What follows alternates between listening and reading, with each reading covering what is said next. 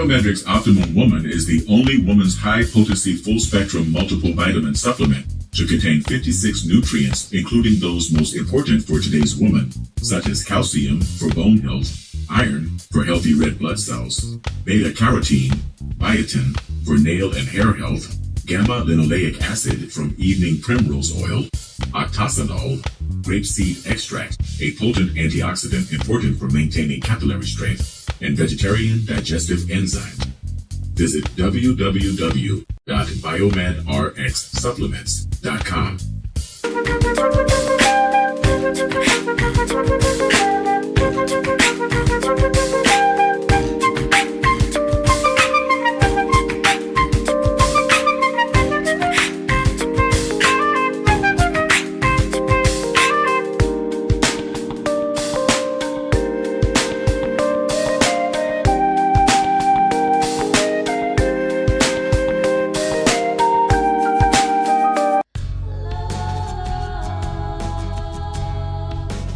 Gold label quality Biomed RX CBD oil is made from organic hemp that is locally grown, glyphosate-free, gluten-free, non-GMO, homogenized, third-party tested, and CO2 extracted. Visit www.biomedrxcbd.com.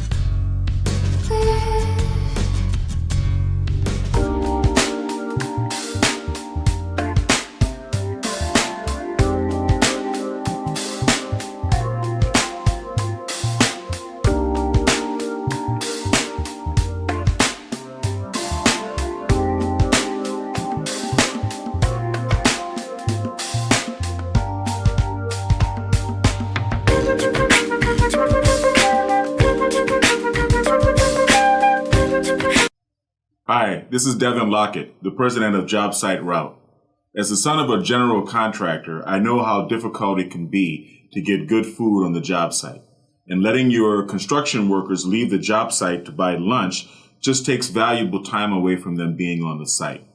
I've developed an app and a program that will bring a steady stream of food trucks to your job sites every month for the low price of only $100 per month per site. That comes up to about $3 per day to have a steady stream of food trucks coming to your job sites all day, every working day. You can also contact the food trucks ahead of time and pre-order your food from the menu on our app. This saves valuable time for your construction workers and for you. It also sends a variety of delicious food served on Southern California food trucks to your job sites all day. When you think about it, it only makes sense to join the JobSite Route Network.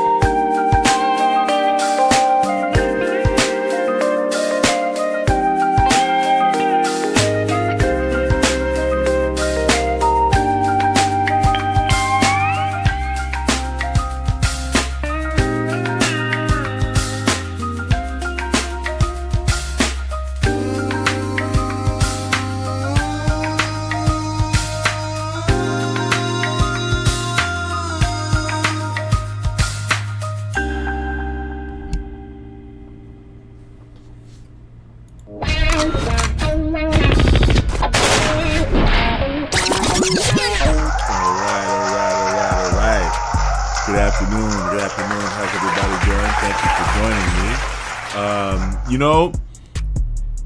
Today, some really wild stuff happened, and I want to talk to you guys about it. Actually, I wanted to react live, but I was too enthralled watching it live to really give you a live reaction. So you can consider this a live reaction.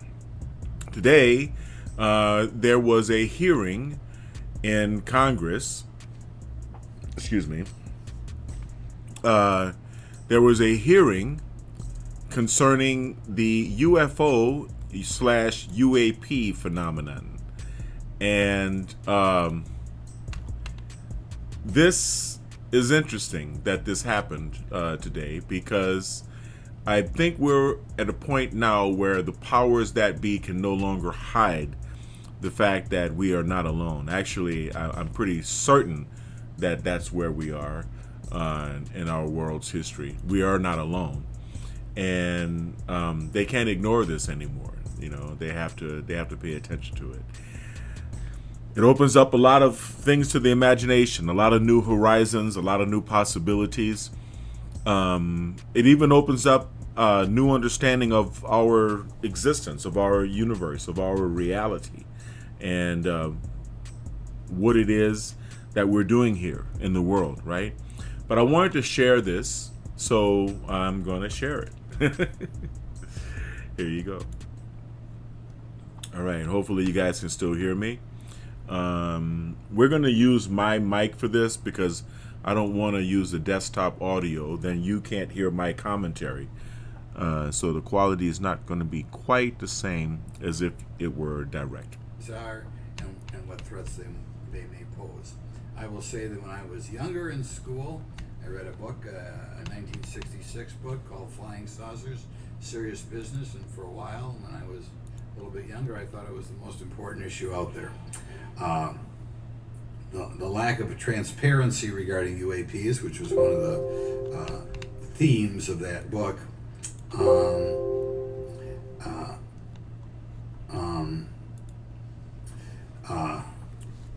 in any event, it's led to interest in studying what UAPs are and what threats they pose. The lack of transparency regarding UAPs has fueled wild speculation and debate for decades, eroding public trust in the very institutions that are meant to serve and protect them, as is evidenced by the large number of people we have here. I also want to point out in 1966, President Gerald Ford claimed to have seen a UFO, and in 1969 in Georgia, Jimmy Carter claimed to have seen a UFO. President Jimmy Carter, that's right. This has led Congress to establish entities to examine UAPs. The National Defense Authorization Act of 2022 established the All-Domain Anomaly Resolution Office, or AARO, to conduct or to coordinate efforts across the Department of Defense and other federal agencies to detect, identify, and investigate UAPs. However, AARO's budget remains classified, prohibiting meaningful oversight from Congress. In addition to AARO's efforts, NASA is leading an independent study on UAPs that will identify how UAP data is gathered from both civilian and government entities that can be analyzed to shed light on the topic. However, despite these offices being established, there lies a pressing demand for government transparency and accountability that cannot be overlooked, and that's been a problem that's been around for 50 years. The Biden administration handling of the Chinese spy balloon that violated U.S. airspace is one example how the government is not prepared for these. The Biden administration's description of events has shown that the government continues not to be forthright. Between the Chinese balloon being shot down and 2 UAPs subsequently shot down following the event earlier this year, the U.S. government spent $1.5 million in taxpayer dollars on missiles, yet we have seen little clarity from the Biden administration. We must demand transparency from the Department of Defense, our intelligence community, and our defense industry on the UAP work. We're going to ask some questions about that today. Congress recognizes the subject of UAPs is multifaceted and requires a careful, data-driven approach. Today we'll see clarity from these witnesses' testimonies, or we'll seek clarity as to what can be done to improve reporting for military and civilians and remain committed to objective inquiry. Congress should work to ensure that knowledge is not driven by fear. Today we are not just debating the existence of UAPs, we are deliberating on the principles that define our republic, which is a commitment to transparency and accountability.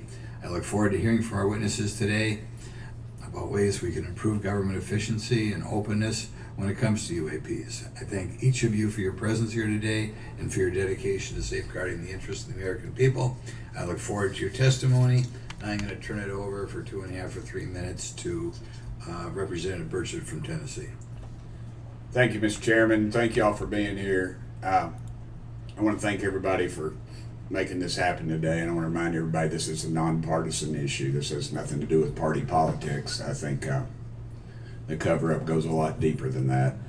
I also want to thank my colleagues, Representative Anna Paulina Luna, sitting beside me here, Jared Moskowitz. Fair use, right? Fair use. Has an incredible mind, and I'm anxious to hear his questions. My buddy Eric Burleson, and it's not in my notes here, but Matt Gates. If it hadn't been for Matt Gates, myself, him, and Luna would still be down at Eglin Air Force Base trying to get some answers. He's got an incredible legal mind. Also, I know I saw it in the crowd there, George Knapp, my buddy Jeremy Corbell. They're not witnesses, but they've provided some statements on this subject, and I seek unanimous consent to enter those statements into the record, Mr. Chairman. Without objection. Also, would like to enter in, I understand now that this is unclassified and it's public record, but as we all know, that's sometimes difficult for the public to get a hold of. I report Defense Intelligence reference documents, advanced space propulsion based on vacuum, space-time metric engineering, some light reading for some of our members. Without objection. Thank you. Mr. Knapp wrote, since 1969, the position our military has been that UFOs pose no threat to national security and are not worthy of further study. I'd say that's the biggest understatement of the decade. He also goes on to talk about the dismissive attitude. It's at odds with what was revealed in documents, reports, and internal memos. And Mr. Cabral says, as he writes these words, the UFO is emerging as a major topic of global importance. I can state that as a fact. Out there, I met a fellow who came in here all the way from Denmark to be here for this meeting. So this is huge. This is worldwide. I think we suspect what's going on, but I'd also like to thank the members of Congress who have supported our efforts to make this hearing happen. Some have even confided to me that they've had UFO sightings of their own. Those members, of course, some of them wish to remain anonymous, and I'll keep it that way. But also, finally, I'd like to thank these 3 brave witnesses here. They took an oath. They took an oath to uphold the Constitution of the United States, and dadgummit, they're doing it. And we owe them a debt of gratitude. Kajabi is the best kept secret in the creator economy. You could easily 4x what you're making. If the best are using it, the Brendan Richards, the Frank Kerns, we should probably be doing the same.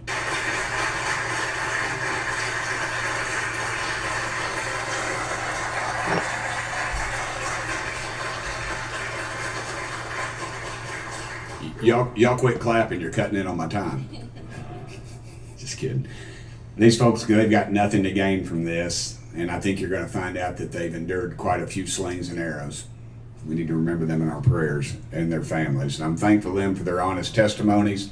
They have done interviews and appeared in documentaries like Accidental Truth to get their stories out there, and now they are all here to testify under oath for Congress. It's been so difficult to get here today. I said, in the Baptist church, we'd say that the devil's in our way. And the devil has been in our way through this thing. We've run into roadblocks from members, from the intelligence community, the Pentagon. I proposed legislation to go in the FAA reauthorization that just said if an airline pilot has a sighting, that when he makes that report to the FAA, that it would come to Congress. But I was told that the intelligence community did not like that, and the amendment was not even heard in committee. I think it's time for this country to take back our country. We need to tell the folks at the Pentagon, they work for us. Dadgummit, we don't work for them. And that's exactly the point. This is an issue of government transparency. We can't trust a government that does not trust its people. We're not bringing little green men or flying saucers into the hearing. Sorry to disappoint about half y'all. We're just going to get to the facts. We're going to uncover the cover-up, and I hope this is just the beginning of many more hearings and more people coming forward about this.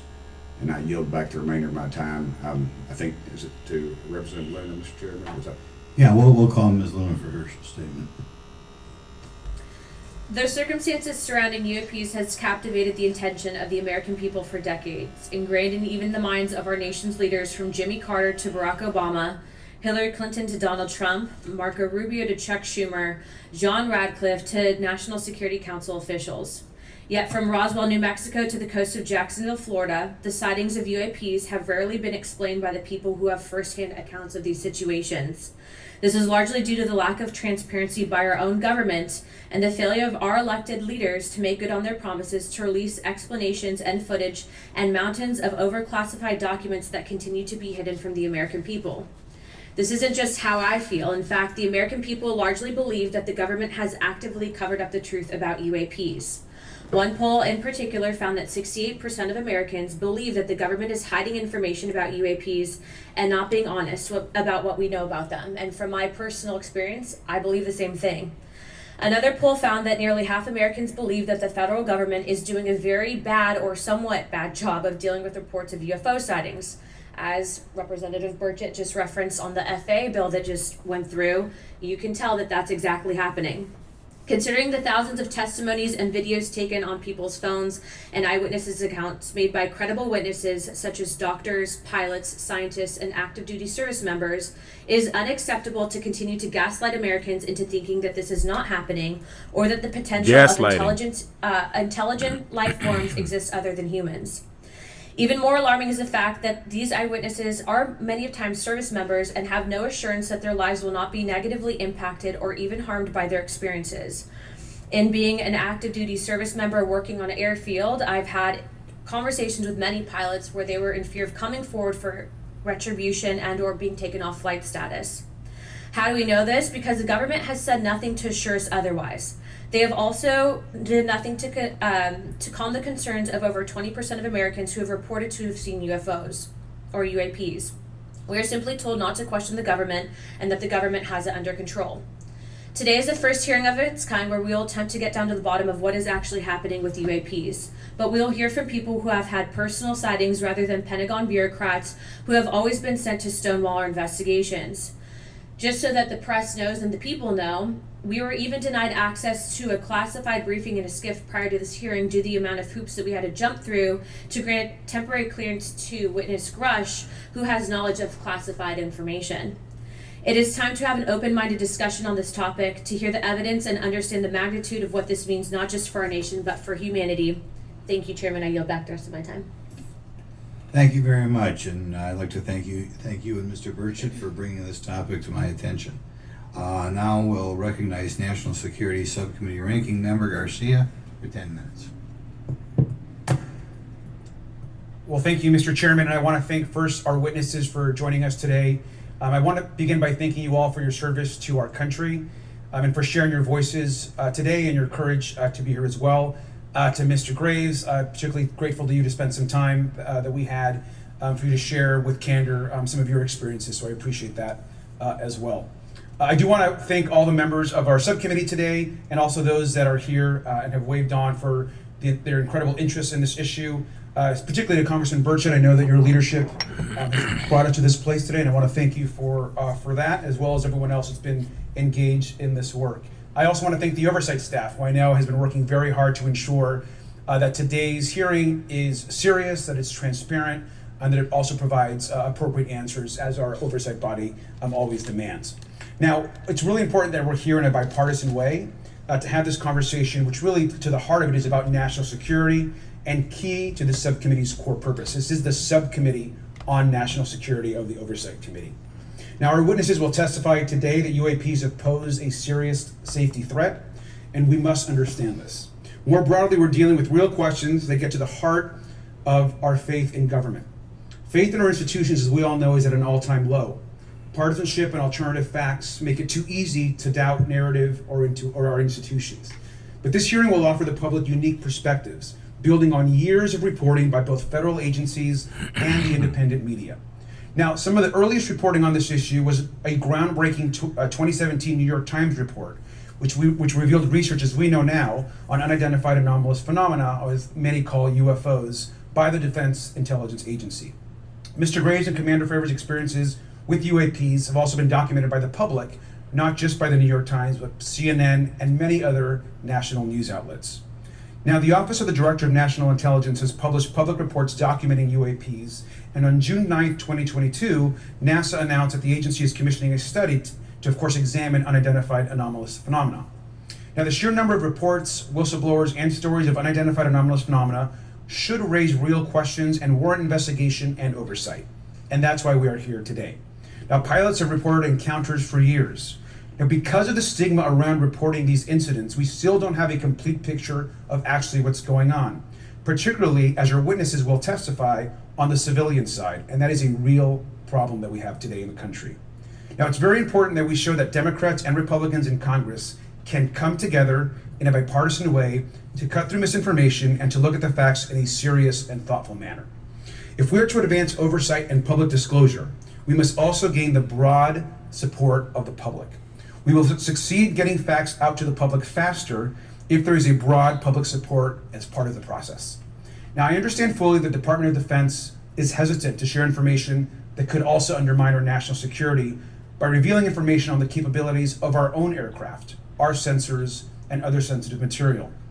At the same time, many people believe that we're withholding information from them, and that is dangerous also. I believe in openness and transparency. That is also the role of Congress. And I want to trust that the American people will be able to weigh the evidence and make up their own minds. Now, we have incidents where sensors, sometimes even multiple types of sensors, detect things that we cannot explain. UAPs, whatever they may be, may pose a serious threat to our military or civilian aircraft, and that must be understood. Now, my career and training as a longtime and career educator and teacher and researcher tell me that we should never rule anything out. We know that our space, of course, is vast and undiscovered. I also want to note that Mr. Sean Kirkpatrick, director of the All-Domain Anomaly Resolution Office, the component of the DoD office that investigates UAP data, has testified before the Senate this year that his unit has found no evidence of extraterrestrial activity. NASA has also stated they don't have evidence of extraterrestrial life either, and we've heard this, of course, from some of our government agencies. And we should remind viewers and witnesses, which I think is really important, that we also cannot share classified information in public settings. But questions, of course, remain that people want to see data and information for themselves. The enormous interest in the hearing today underscores the importance of a fair and open look at the evidence from witnesses who can share their unique perspectives. Now, I know I certainly have a lot of questions, and I know that all the members of our committee do as well. We should come to this hearing with an open mind, and we should not let our existing ideas restrict us on either side. I hear over and over from many agencies the stigma around reporting and investigating UAPs prevents us from getting real answers. We know that whistleblowers have reported harassment, intimidation, or stigma as well, and this is not acceptable. If people can't report incidents which would have national security or safety implications, then that also has serious consequences for us. As ranking member of this subcommittee, I know my job would be completely impossible if whistleblowers or others feel intimidated to come before this committee. We can't be afraid of asking questions, and we can't be afraid of the truth. I'm proud to say that this hearing builds upon bipartisan work by members of the House and Senate dating many years back, which is sought to increase awareness within the Department of Defense and to mandate more of Congress of UAPs. We know the Senate is taking up an amendment to their defense authorization bill, which will create a commission with broad declassification authority, and we should all agree that that is an important step. Members of both parties and senior officials in multiple administrations have taken an interest in this issue, and we're proud to carry and build that confidence in the American people. This hearing will also not be the end of the discussion, but a new chapter and start to years and years of work that many folks, both in the public and within government, have been working on. We should encourage more reporting, not less, on UAPs. The more we understand, the safer we will be. We will hear testimony from witnesses today with a long record of service to the American people and with subject matter expertise. Our witnesses have a unique opportunity to share their perspective, insights, and their experiences with the American people. And I encourage all of my colleagues to engage with these difficult questions with an open mind and to follow the facts on behalf of our country. I also just want to say more broadly that we should look at this hearing and believe that everything is on the table as it relates to UAPs. I think an open mind is absolutely the best. I want to yield the 2.5 minutes, the remainder of my time, to the representative from Florida, Representative Moskovich, for an opening statement. He also has been very much engaged in this issue, and I want to thank him for his leadership. Congressman. Thank you, Ranking Member Garcia. Thank you, Mr. Chairman. I want to thank Tim Burchett and Anna Paulina Luna for their leadership in pushing this hearing forward. I want to thank obviously committee staff and their staff working on this on a bipartisan basis because many Americans that suit come with batteries in this issue, and it shouldn't take the potential of non-human origin to bring us together. Additionally, I want to thank the witnesses for coming forward to share your perspectives, your thoughts, and the sightings of UAPs. Unlike other hearings many times in Congress, you're not here to help a political party, but you're here to share information with the American people. And it's not something that is just going on in this administration. It's something that's spanned many administrations. For decades, many Americans have been fascinated by objects mysterious and unexplained, and it's long past time that they got some answers. The American public has a right to learn about technologies of unknown origins, non-human intelligence, and unexplainable phenomena. Those are not the words of a UFO Twitter account. Though that is a direct quote from Majority Leader Chuck Schumer, that the American public has a right to learn about technologies of unknown origins, non-human intelligence, and unexplainable phenomena. In an interview with Fox News, recent former Director of National Intelligence John Radcliffe confirmed the U.S. government is aware a lot more sightings of UAPs, and that they have not made that information public. I quote, "There are a lot more sightings that have not been made public," Radcliffe said to Fox News. For me, this hearing is about transparency. We unfortunately live in a time in which many people distrust government and our institutions, and overclassification of information away from the American public or even Congress contributes to today's politics. The American people have regular questions. What are UAPs? How come the media doesn't report more on them? Are they foreign adversaries? Are they U.S. technology? Are they something else? They ask themselves, how come when a Russian jet shoots flares at one of our drones, we have perfect pictures and videos to show the American people and the world, but when it comes to UAPs, nothing? Of course, we must always protect our national security to maintain our superiority, like when stealth helicopters were only rumored to exist, but were used in the Osama bin Laden raid in 2011. But we can't allow that to be used as a shield to keep the American people completely in the dark from basic truths. The American people deserve to hear more about special access programs. Congress has a right to know if there's any unsanctioned weapons development. Satellite imagery that has not been provided to Congress. Congress created the All-Domain Resolution Office in the NDAA of 2022. In its initial analysis, there are 171 uncharacterized UAP reports, and this is the words from the report, that appear to have demonstrated unusual flight characteristics or performance capabilities. I believe more information is known about the 171 instances. It's time for Congress to reinsert ourselves. I call on our military leaders and intelligence officials to release more information to the American people about UAPs. And to our military leaders, if there's nothing to conceal, let Congress go to Wright-Patterson Air Force Base, the Dugway Proving Ground, or even Groom Lake in Nevada. We should have disclosure today. We should have disclosure tomorrow. The time has come. Thank you, Ranking Member. Thank you, Mr. Moskowitz, and I would yield back now to our chairman. Thank you. Thank you, now Mr. I'd like to Moskowitz. introduce our witnesses. Our first witness is Lieutenant Ryan Graves. He's the Executive Director of Americans for Safe Aerospace. Lieutenant Graves is also Now the good part. a former U.S. Navy F-18 pilot with his own UAP experience. The next witness, David Grush, is a former Senior Intelligence Officer with the National Geospatial Intelligence Agency and was a Senior Technical Advisor for UAP issues. And finally, retired Navy Commander David Fravor, squadron leader who worked as a naval aviator for 18 years. Mr. Fravor has his own UAP experience, known as the Tic Tac event. I look forward to hearing from all three of you today. The Tic Tac, not Pursuant TikTok. to Committee Rule 9G, the witnesses will please stand and raise their right hand. Tic Tac. Progress toward global net zero will take big thinking put into action. We're developing and deploying carbon capture and storage to lower our carbon intensity, while helping create storage hubs so industries like cement can too.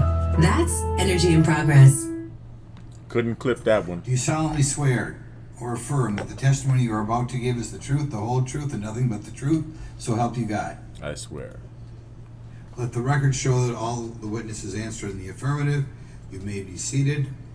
We appreciate you all being here today and look forward to your testimony. I remind the witnesses that you've read your written statements and they will appear in full in the hearing record. Please try to limit your oral statements to 5 minutes. As a reminder, please press the button on the microphone in front of you so that it's on and the members can hear you. When you begin to speak, the light in front of you will turn green. After 4 minutes, it will turn yellow, and the red light, when that comes on, it tells you your 5 minutes have expired. I'll now recognize Mr. Graves for 5 minutes for your opening statement. Thank you. Chairman Grothman, Ranking Member Garcia, distinguished members of the House Oversight Subcommittee on National Security, Representatives Burchett and Luna.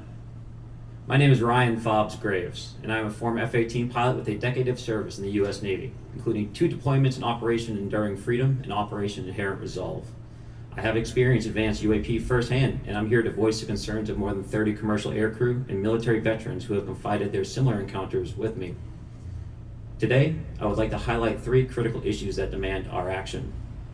As we convene here, UAP are in our airspace, but they are grossly underreported. These sightings are not rare or isolated, they are routine. Military aircrew and commercial pilots, trained observers whose lives depend on accurate identification, are frequently witnessing these phenomena. Wow. The stigma attached to UAP is real and powerful and challenges national security. It silences commercial pilots who fear professional repercussions, discourages witnesses, and is only compounded by recent government claims questioning the credibility of eyewitness testimony. Parts of our government are aware of more about UAP than they let on, but excessive classification practices keep crucial information hidden. Since 2021, all UAP videos are classified as secret or above. This level of secrecy not only impedes our understanding, but fuels speculation and mistrust. In 2014, I was an F-18 Foxtrot pilot in the Navy Fighter Attack Squadron 11, the Red Rippers. And I was stationed at NAS Oceana in Virginia Beach. After upgrades were made to our jet's radar systems, we began detecting unknown objects operating in our airspace. At first, we assumed they were radar errors, but soon we began to correlate the radar tracks with multiple onboard sensors, including infrared systems, and eventually through visual ID. During a training mission in Warning Area Whiskey 72, 10 miles off the coast of Virginia Beach, 2 F-18 Super Hornets were split by a UAP. The object, described as a dark gray or a black cube inside of a clear sphere, came within 50 feet of the lead aircraft and was estimated to be 5 to 15 feet in diameter. The mission commander terminated the flight immediately and returned base. Our squadron submitted a safety report, but there was no official acknowledgement of the incident and no further mechanism to report the sightings. Soon, these encounters became so frequent that aircrew would discuss the risk of UAP as part of their regular pre-flight briefs. Recognizing the need for action and answers, I founded Americans for Safe Aerospace. The organization has since become a haven for UAP witnesses who were previously unspoken due to the absence of a safe intake process. More than 30 witnesses have come forward and almost 5,000 Americans have joined us in the fight for transparency at safeaerospace.org. The majority of witnesses are commercial pilots at major airlines. Often, they are veterans with decades of flying experience. Pilots are reporting UAP at altitudes that appear above them at 40,000 feet, potentially in low Earth orbit or in the gray zone below the Kármán line, making inexplainable maneuvers like right-hand turns and retrograde orbits or J-hooks. Sometimes these reports are reoccurring, with numerous recent sightings north of Hawaii and in the North Atlantic. Other veterans are also coming forward to us regarding UAP encounters in our airspace and oceans. The most compelling involve observations of UAP by multiple witnesses and sensor systems. I believe these accounts are only scratching the surface, and more will share their experiences once it is safe to do so. In closing, I recognize the skepticism surrounding this topic. If everyone could see the sensor and video data I witnessed, our national conversation would change. I urge us to put aside stigma and address the security and safety issue this topic represents. If UAP are foreign drones, it is an urgent national security problem. If it is something else, it is an issue for science.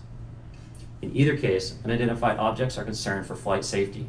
The American people deserve to know what is happening in our skies. It is long overdue. Thank you. Thank you. Mr. Rush. Mr. Chairman, ranking members and congressmen, thank you. I'm happy to be here. This is an important issue and I'm grateful for your time. My name is David Charles Grush. I was an intelligence officer for 14 years, both in the U.S. Air Force, both active duty, Air National Guard, and Reserve, at the rank of major, and most recently from 2021 to 2023, at the National Geospatial Intelligence Agency, NGA, at the GS-15 civilian level, which is the military equivalent of a full bird colonel. I was my agency's co-lead in unidentified anomalous phenomena and transmedium object analysis, as well as reporting to the UAP task force, UAPTF, and eventually, once it was established, the All-Domain Anomaly Resolution Office, ARROW. I became a whistleblower through a PPD-19 urgent concern filing in May 2022 with the Intelligence Community Inspector General. Following concerning reports from multiple esteemed, credentialed current and former military and intelligence community individuals that the U.S. government is operating with secrecy above congressional oversight with regards to UAPs. My testimony is based on information I've been given by individuals with a long-standing track record of legitimacy and service to this country, many of whom also have shared compelling evidence in the form of photography, official documentation, and classified oral testimony to myself and my various colleagues. I have taken every step I can to corroborate this evidence over a period of 4 years while I was with the UAP Task Force, and do my due diligence on the individual sharing it. This is because of these steps, I believe strongly in the importance of bringing this information before you. I am driven by a commitment of both to truth and transparency, rooted in our inherent duty to uphold the United States Constitution and protect the American people. I'm asking Congress to hold our government to this standard and thoroughly investigate these claims. But as I stand here under oath now, I am speaking to the facts as I've been told them. In the U.S. Air Force, in my National Reconnaissance Office, NRO, reservist capacity, I was a member of the UAP Task Force from 2019 to 2021. I served at the NRO Operations Center on the Director's Briefing Staff, which included the coordination of the Presidential Daily Brief and supporting variety of contingency operations, which I was the Reserve Intelligence Division Chief backup. In 2019, the UAP Task Force Director asked me to identify all special access programs and controlled access programs, also known as SAPs and CAPs, we needed to satisfy our congressionally mandated mission, and we were direct report at the time to the DepSecDef. At the time, due to my extensive executive level intelligence support duties, I was cleared to literally all relevant compartments and in a position of extreme trust, both in my military and civilian capacities. I was informed in the course of my official duties of a multi-decade UAP crash retrieval and reverse engineering program, to which I was denied access to those additional read-ons when I requested it. I made the decision, based on the data I collected, to report this information to my superiors and multiple inspectors general, and in effect becoming a whistleblower. As you know, I've suffered retaliation for my decision, but I am hopeful that my actions will ultimately lead to a positive outcome of increased transparency. Thank you, and I'm happy to answer your questions. Wow. Thank you. Commander Fravor?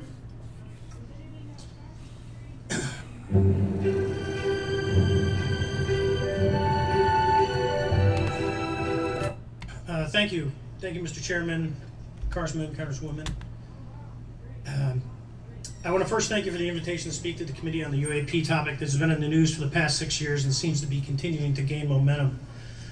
As you know, my name is David Fravor. I'm a retired commander in the United States Navy. In 2004, I was a commanding officer of Strike Fighter Squadron 41, the world-famous Black Aces.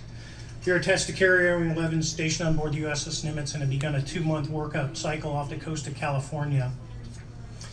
On this day, we were scheduled for a 2v2 air-to-air training with the USS Princeton as our control. When we launched off Nimitz, my wingman was joining up. We were told that the training was going to be suspended and we were going to proceed with real-world tasking. As we proceeded to the west, the air controller was counting down the range to an object that we were going to, and we were unaware of what we were going to see when we arrived. The controller told us that these objects had been observed for over 2 weeks, coming down from over 80,000 feet, rapidly descending to 20,000 feet, hanging out for hours, and then going straight back up. For those who don't realize, above 80,000 feet is space. We arrived at the location at approximately 20,000 feet, and the controller called merge plot, which means that our radar blip was now in the same resolution cell as the contact. As we looked around, we noticed that we saw some whitewater off our right side. It's important to note that the weather on this day was as close to perfect as you could ask for off the coast of San Diego. Clear skies, light winds, calm seas, no whitecaps from waves. So the whitewater stood out in a large blue ocean. All four of us, because we were in F-18Fs, so we had pilots and Wizzo in the back seat, looked down a small, saw a white tic-tac object with a longitudinal axis pointing north-south and moving very abruptly over the water like a ping-pong ball. There were no rotors, no rotor wash, or any sign of visible control surfaces like wings. As we started clockwise towards the object, my Wizzo and I decided to go down and take a closer look with the other aircraft staying in high cover to observe both us and the tic-tac. We proceeded around the circle about 90 degrees from the start of our descent, and the object suddenly shifted its longitudinal axis, aligned it with my aircraft, and began to climb. We continued down another 270 degrees, nose low, where the tic-tac, or we considered 270 degrees to where, and we went nose low to where the tic-tac would have been. Our altitude at this point was about 15,000 feet, and the tic-tac was about 12,000. As we pulled nose onto the object, within about a half mile of it, it rapidly accelerated in front of us and disappeared. Our wingmen, roughly 8,000 feet above us, lost contact also. We immediately turned back to see where the whitewater was at, and it was gone also. Wow. So as we started to turn back towards the east, the controller came up and said, "Sir, you're not going to believe this, but that thing is at your cap point, roughly 60 miles away in less than a minute. You can calculate the speed." We returned to Nimitz. We were taking off our gear. We were talking to one of my crews that was getting ready to launch. We mentioned it to them, and they went out and luckily got the video that you see, that 90-second video.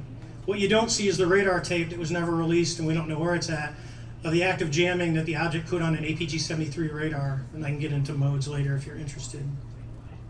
What is shocking to us is that the incident was never investigated, none of my crew were ever questioned, tapes were never taken, and after a couple days it turned into a great story with friends. It wasn't until 2009 until Jay Stratton had contacted me to investigate. Unbeknownst to all, he was part of the ATIP program in the Pentagon led by Lou Elizondo. And there was an official report that came out that's now on the internet. Years later, I was contacted by the other pilot, Alex Dietrich, and asked if I'd been contacted, and I said no, but I'm willing to talk. I was contacted by Mr. Elizondo, and we talked for a short period of time, and he said we'd be in contact. A few weeks after that, I was made aware that Lou had left the Pentagon in protest and joined forces with Tom DeLonge, Chris Mellon, Steve Justice, and others to form Two Stars Academy, an organization that pressed the issue with leading industry experts and U.S. government officials. They worked with Leslie Keene, who is present today, Ralph Blumenthal, and Helene Cooper to publish the articles in the New York Times 2017 New York Times, and it removed the stigma on the topic of UFOs, which is why we're here today. Those articles open the door for the government and public that cannot be closed. It has led to an interest from our elected officials who are not focused on little green men, but figuring out where these craft are, where are they from, the technology they possess, how do they operate. It also led to the Whistleblower Protection Act and the NDAA. There are multiple witnesses coming forward to say that have firsthand knowledge, and Mr. Grush just covered that. What concerns me is that there's no oversight from our elected officials on anything associated with our government processing or working on craft. Believe it, not from this world. This issue is not a full public disclosure that can undermine national security, but it is about ensuring that our system of checks and balances works across all work done in the government using taxpayer funds. Relative to government programs, even unacknowledged WAVE programs have some level of oversight by the appropriate committee members in the House and Senate, and this work that is said to be occurring from whistleblower testimonies should not be exempt. In closing, I would like to say that the tic-tac object we engaged in 2004 was far superior to anything that we had on time, have today, or are looking to develop in the next 10 years. If we in fact have programs that possess this technology, it needs to have oversight from those people that the citizens of this great country elected in office to represent what is best for the United States and best for the citizens. I thank you for your time. Thank you very much. Thank you very much. I know it's very difficult for all of you, all you've done in the past to try to illuminate this issue. Calling myself first for some questions. I'm going to start with Mr. Graves. Are pilots that you interact with as part of your organization, do you feel adequately trained and briefed on how to handle encounters with UAPs? No. Right now, military witnesses to UAP have limited options for reporting UAP, but more concerning is that commercial aviation sector has not adapted to the lessons that the military has implemented. The military and Department of Defense has stated that UAP represent a critical aviation safety risk. We have not seen that same language being used in the commercial markets. They are not acknowledging this risk. Okay, what steps do you think have to be taken to improve a pilot's UAP reporting, be it military or commercial? Right now, we need a system where pilots can report without fear of losing their jobs. There's a fear that the stigma associated with this topic is going to lead to professional repercussions, either through management or perhaps through their yearly physical check. So having a secure system, reducing the stigma, and making this information available through the public is going to reduce the concerns that aircrew have. Could you just give me a little idea of the degree to which reports in the past are not made public right now? Well, I don't think there has been a proper reporting system to gather those reports and thus not report them. So to answer your question, I think there is a dearth of data due to the fact that the reporting has been limited up to this time. Could you tell me why you believe it's, kind of play the devil's advocate, a reason why some of this stuff should not be available to the public? There's certainly some national security concerns when we use our advanced sensors in our tactical jets to be able to identify these objects. However, there's no reason that the objects themselves would be classified. I would be curious to see how the security classification guideline actually spells out the different nuances of how this topic is classified from the perspective of UAP, not national security. I'll give you a follow-up on that. Assuming that there are reasons why not all this should be made public, this has been around for a long period of time. Can any of the three of you think of any reason why anything related to UAPs, say 15 years and back, should not be immediately made public? Are there times when you would love to have another address or phone number to use instead of your home address and personal number?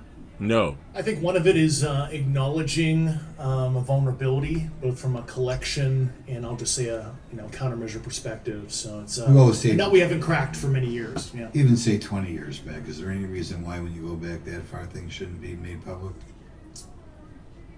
Unless it shows a specific national security vulnerability as it relates to a weakness in a particular defense system. Okay, Mr. Fravor, the TikTok incident that you were engaged occurred in 2004. What kind of reporting took place after that incident? None. We had a standard debrief where the backseaters went down to our carrier intel center and briefed what had happened, and that was it. No one else talked to us, and I was in the top 20 in the battle group. No one came. The captain was aware, the admiral was aware, nothing was done. Did your commanding officers provide any sort of justification?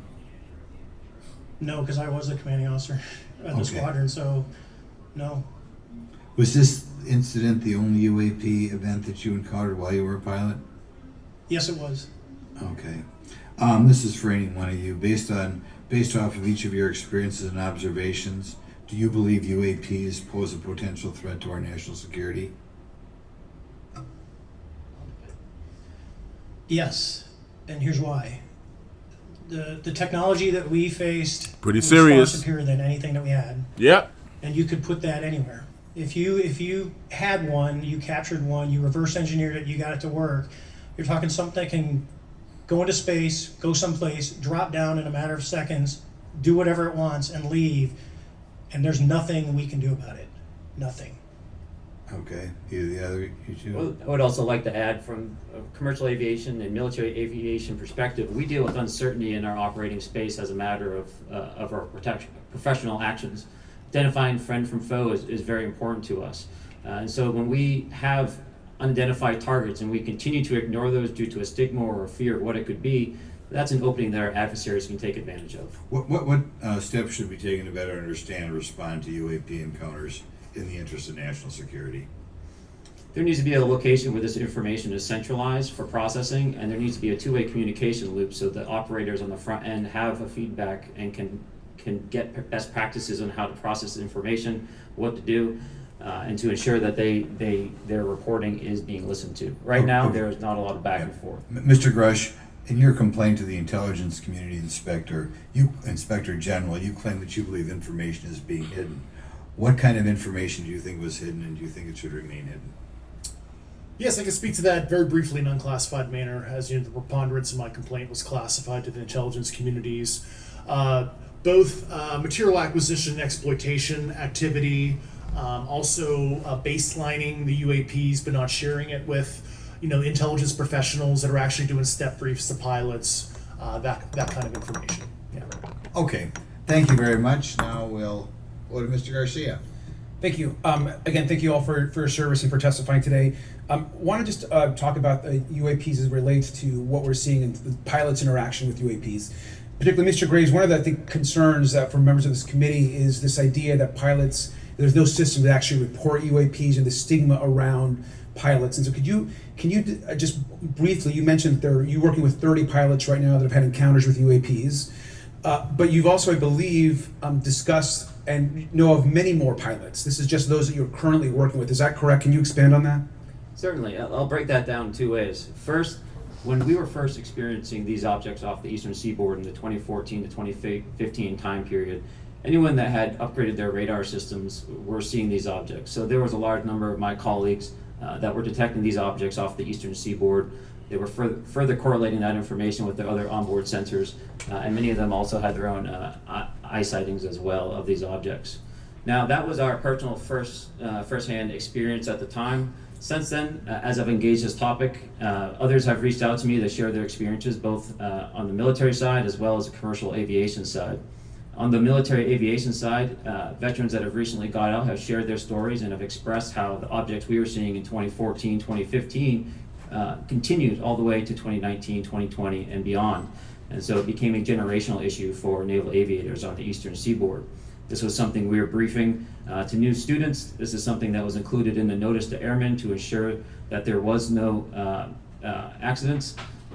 And now with commercial aviators, they're reaching out because they're having somewhat similar experiences as our military brothers and sisters, but they do not have any reporting system that they can send us to. And let me just add to, and both to Mr. Fravor as well as Mr. Grace, not having this system for reporting, would you both agree that it's harmful to not just our national security interests, but to understand this phenomenon of what's happening with UAPs?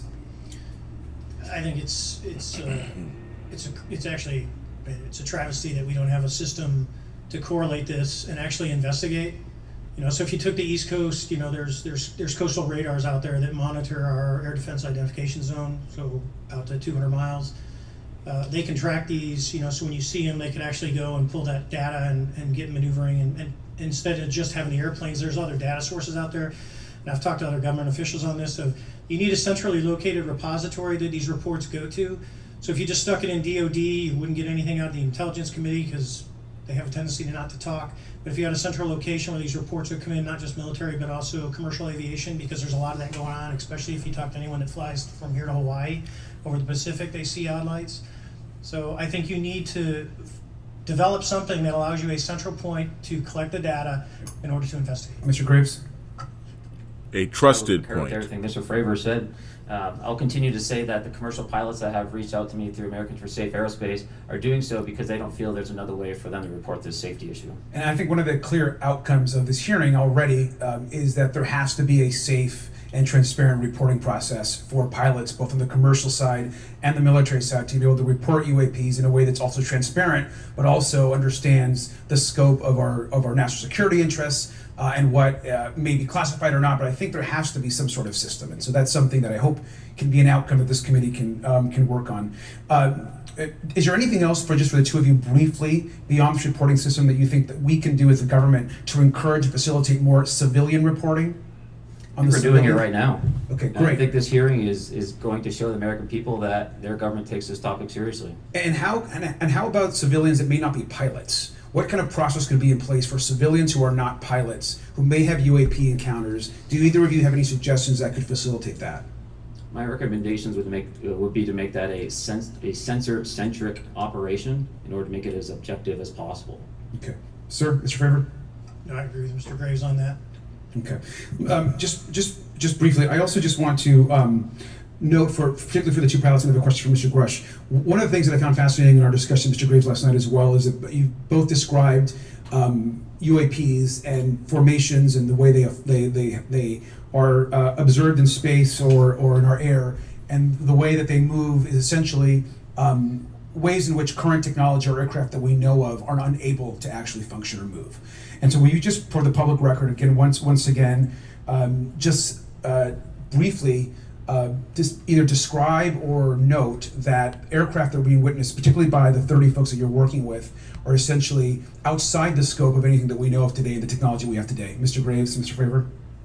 Yes, the objects that are being seen by commercial pilots are performing maneuvers that are unexplainable due to our current understanding of our technology and our capabilities as a country. And that applies for the military as well. Mr. Fravor? We'll get our ass Yeah, I kicked. concur with that. We have nothing that can stop in midair and go the other direction, nor do we have anything that can, like in our situation, come down from space, hang out for 3 hours, and go back up. Thank you. My last question, and sometimes I know you have also said some of these answers in the past, but we're trying to get them on the public record as well, which is really important. Mr. Grish, finally, do you believe that our government is in possession of UAPs? Absolutely, based on interviewing over 40 witnesses over 4 years. And where? Wow. I know the exact locations, and those locations were provided to the Inspector General, and some of which to the intelligence committees. I actually had the people with the first-hand knowledge provide a protected disclosure to the Inspector General. Thank you. And Mr. Chairman, I would just say that I think that these questions are important questions, and I look forward to being involved in the process to get those answered. I know there'll be a lot of questions from other committee members, so I yield back. Thank you. We'll go to Mr. Richard himself. Thank you, Mr. Chairman. Thank you, Mr. Garcia. I would like to have you on my legislation to do just that on the reporting, and we'll get together on that. Maybe you can be my co-sponsor on that. That'd be really cool. Thank you for those great questions. Mr. Graves, again, I'd like to know, how do you know that these were not our aircraft? Some of the behaviors that we saw in a working area, we would see these objects being at 0.0 Mach, that's zero airspeed, over certain pieces of the ground. So what that means, just like a river, if you throw a bobber in, it's going to float downstream. These objects were staying completely stationary in Category 4 hurricane winds. Wow. These same objects would then accelerate to supersonic speeds, 1.1, 1.2 Mach, and they would do so in very erratic and quick behaviors that I don't have an explanation for. Okay, have you spoken to commercial and military pilots that have seen these off of our East Coast? I have. Okay. Mr. Fravor, I noticed that in the Tic Tac video, it's Tic Tac like the candy, not TikTok like the Chinese communist app. That's correct. Yes, sir. I just Thank you. Thank you. Because my daughter corrected me on that and called me a boomer and said, "Hey, boomer," and I said, "No, baby, it's Tic Tac like the candy. You're gonna have to just look it up."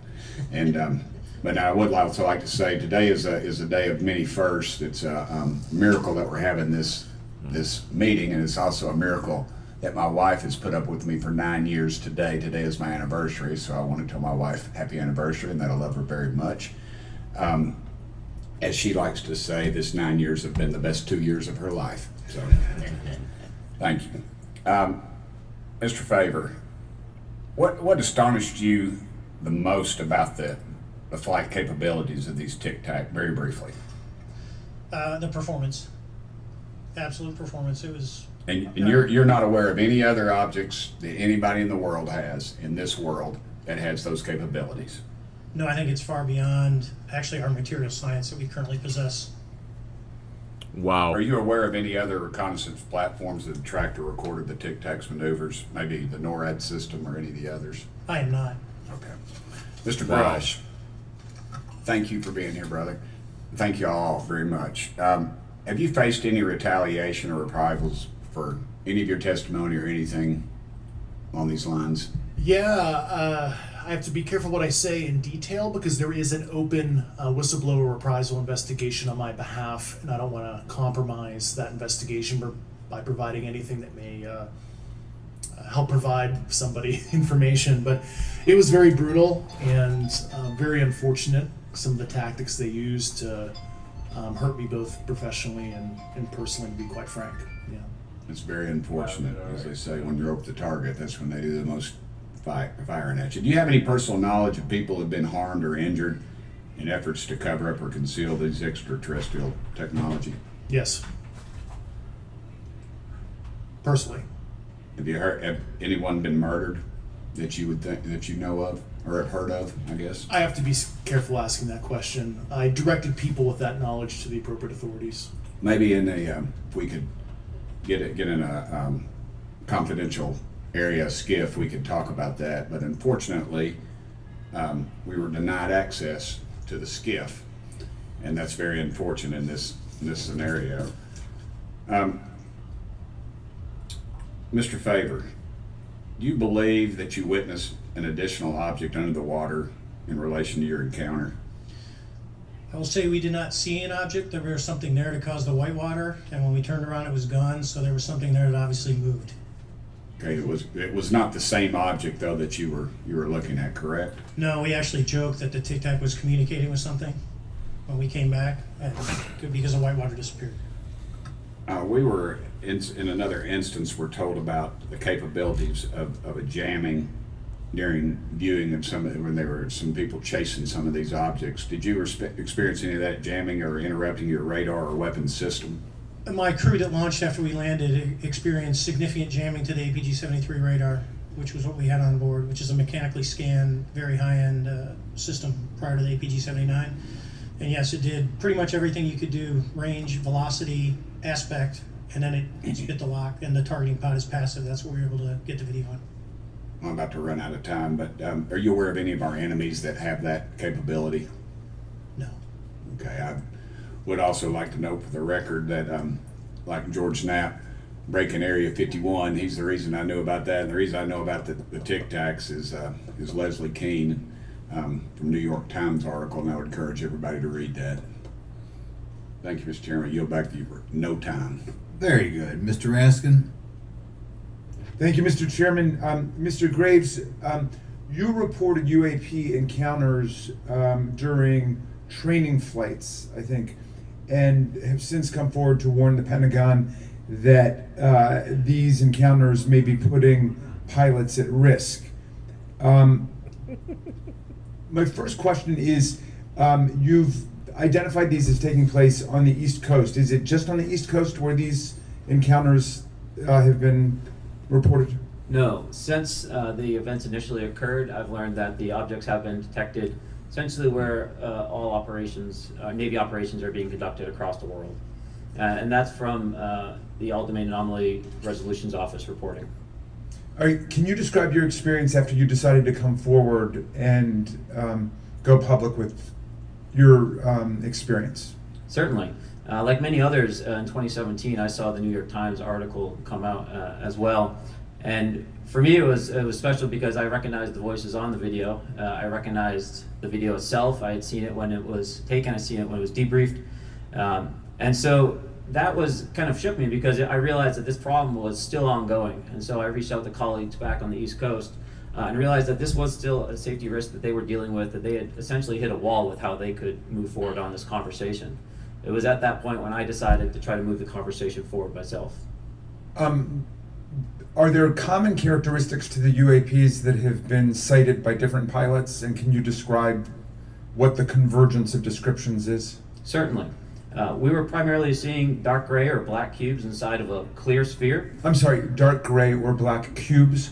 Yes, inside of a clear What is homeboy, a sphere. gangbanger? The apex or tips of the cube were touching the inside of that sphere. And that was primarily what was being reported when we were able to gain a visual tally of these objects. And that occurred over almost 8 years. And as far as I know, it's still occurring.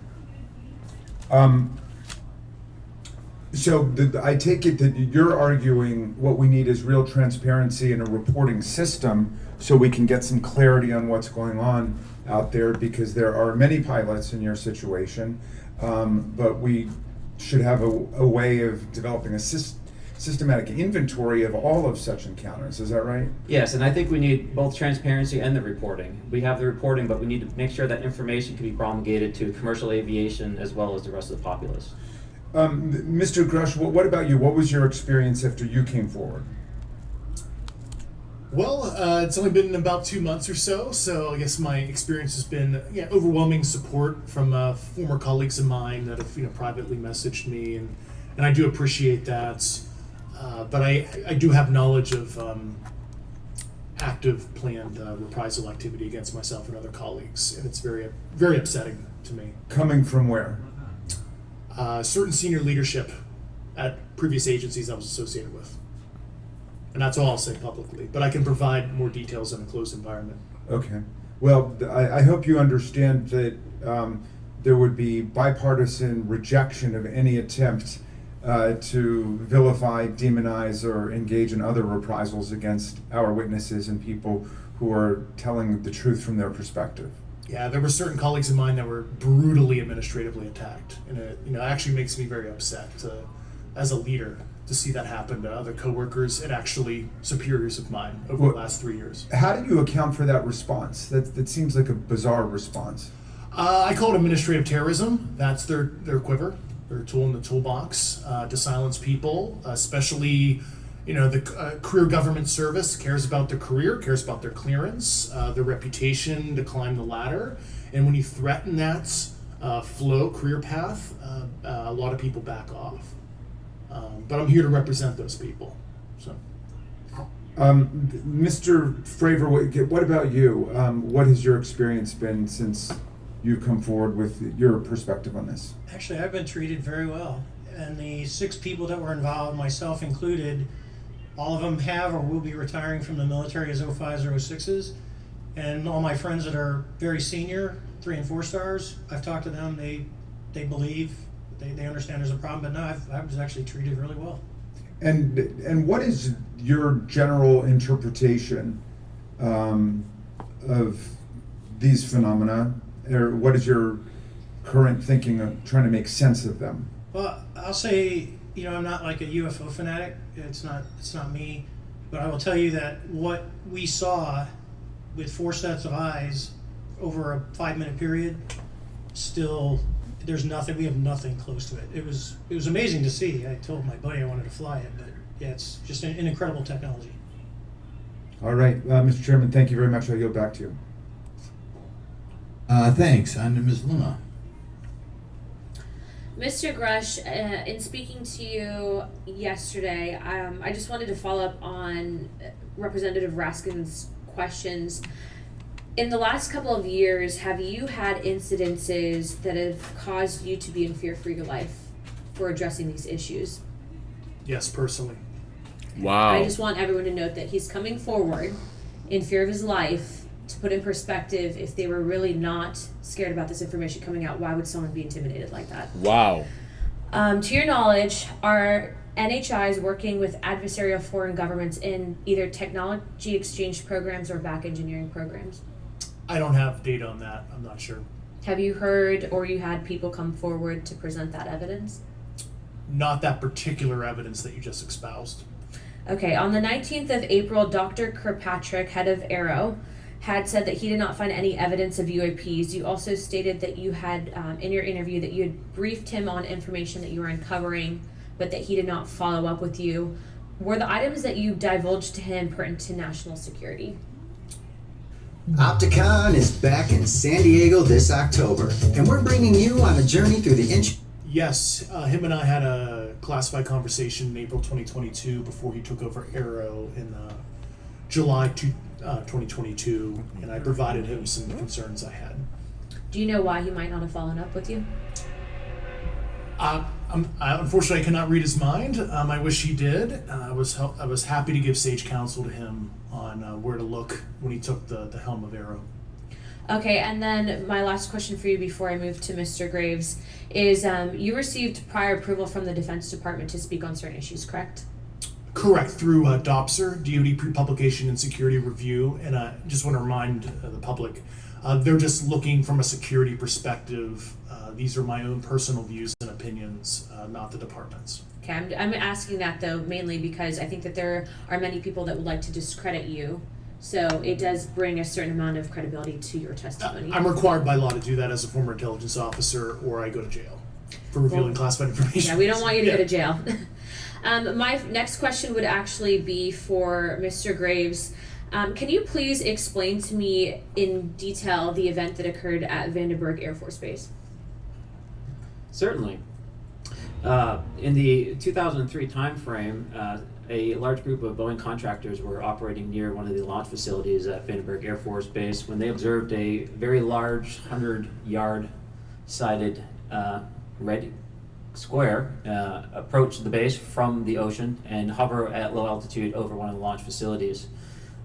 This object remained for about 45 seconds or so before darting off over the mountains. 100 yards. There was a similar event within 24 hours later in the evening. This was a morning event, I believe 8:45 in the morning. Later in the evening, post-sunset, there were reports of other sightings on base, including some aggressive behaviors. These objects were approaching some of the security guards at rapid speeds before darting off. And this is information that was received through one of the witnesses that have approached me at Americans for Safe Aerospace. Was this documented in any official form, whether it was a police blotter? Yes, they had official documentation and records from the event that the witness held over the years. And I'm not going to ask you to do it right now for time reasons, but you'd be able to sketch what was witnessed, correct? And have you seen that before on any other equipment and/or during your flight time? I have not seen what they've described. This object was estimated to be almost the size of a football field, and I have not seen anything personally that large. Okay, and then another question on follow-up referencing the gimbal video Go Fast incident.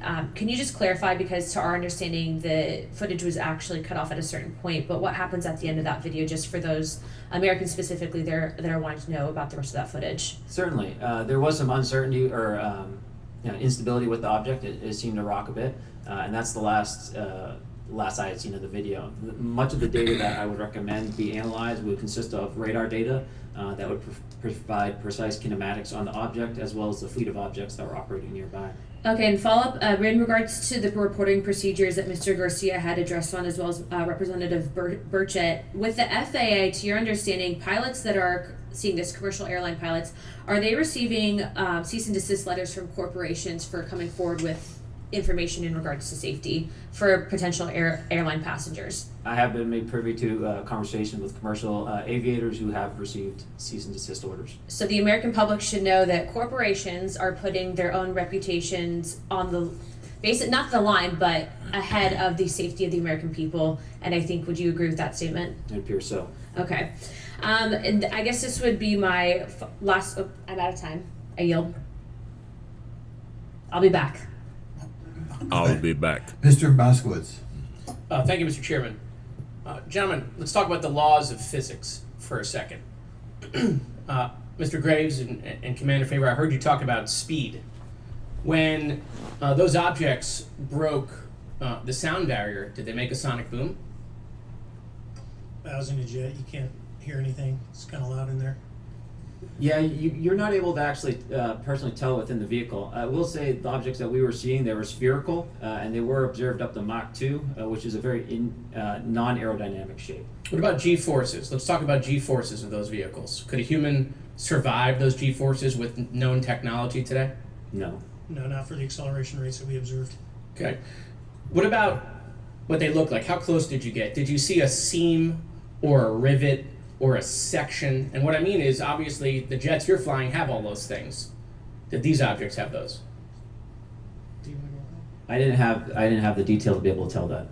So we got within a half mile of Tic Tac, which people say that's pretty far, but in airplanes that's actually relatively close. No, it was perfectly white, smooth, no windows, although when we did take the original FLIR video that is out there, when you put it on a big screen, it actually had two little objects that came out of the bottom of it. But other than that, no windows, no seams, no nothing. Mr. Grush, as a result of your previous government work, have you met with people with direct knowledge or have direct knowledge yourself of non-human origin craft? At 3 Small Business Insurance, we've made 3 big improvements to the industry standard. First, we combine...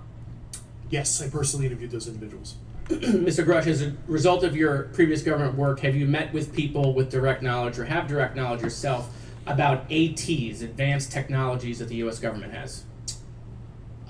Based on conventional advanced tech, I was briefed to the preponderance of the Defense Department's both space and aerospace departmented programs. Yeah.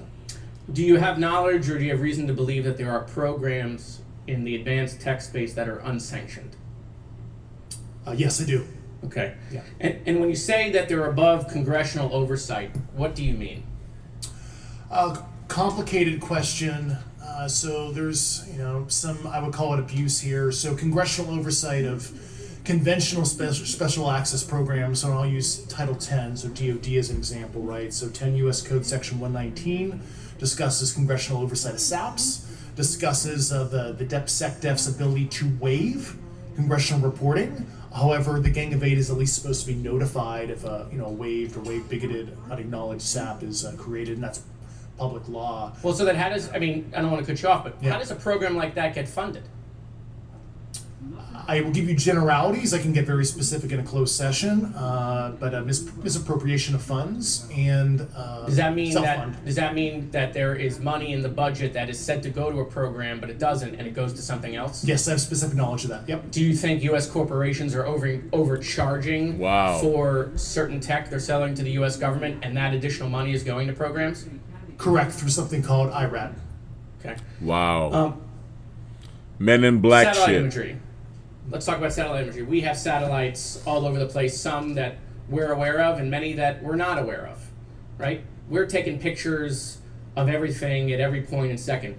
Mr. Grush, are you aware, do you have direct knowledge, or have you talked to people with direct knowledge that there are satellite imagery of these events?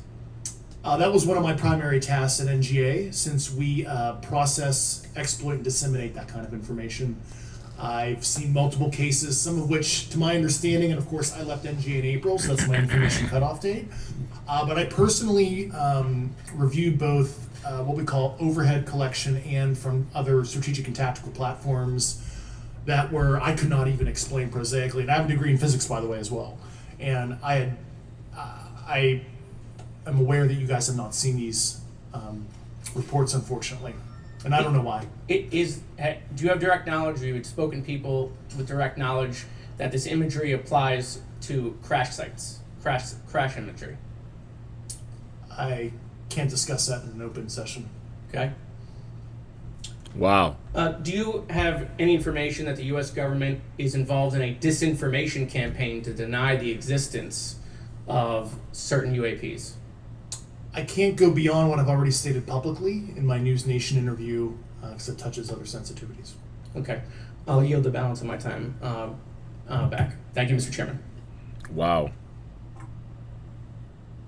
Incredible. Ms. Fox? Thank you, Mr. Chairman, and I thank our witnesses for being here today. Mr.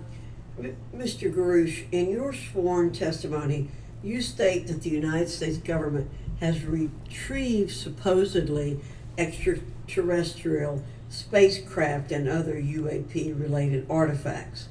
You go so far as to state that the U.S. is in possession of, quote, non-human spacecraft, end quote, and that some of these artifacts have circulated with defense contractors. Several other former military and intelligence officials have come forward with similar allegations, albeit in non-public settings. However, Dr. Sean Kirkpatrick, the director of AARO, previously testified before Congress that there has been, and I quote, no credible evidence thus far of extraterrestrial activity or of, quote, off-world technology brought to the attention of the office. To your knowledge, is that statement correct? It's not accurate. I believe Dr. Kirkpatrick mentioned he had about 30 individuals that have come to Arrow thus far. A few of those individuals have also come to Arrow that I also interviewed, and I know what they provided Dr. Kirkpatrick and their team. Okay. I was able to evaluate that information. I need to go on. Sure. But my understanding that his statement is accurate, came from a direct quote. And this contradiction is a perfect example of why we need to inject transparency into our government. And for another example, look no further than the pitiful response to the Chinese spy balloon debacle earlier this year. You may remember the mass confusion that ensued when the balloon was first spotted over Montana, 4 days after it first entered U.S. airspace over Alaska. The Biden administration's initial inability to address the object grew into a continuous series of embarrassments. After news of the balloon reached the mainstream media, we were assured that the balloon posed no threat to our security. However, after the balloon was allowed to transit the entire continental United States, fighter jets were scrambled off the coast of South Carolina to shoot it down. This flip-flopping and obfuscation caused needless confusion, fear, and panic across the country. It's my hope, Mr. Chairman, that this sort of confusion will not be repeated. We should investigate the extent to which elements of our government possess or do not possess information that is of critical value to the American people.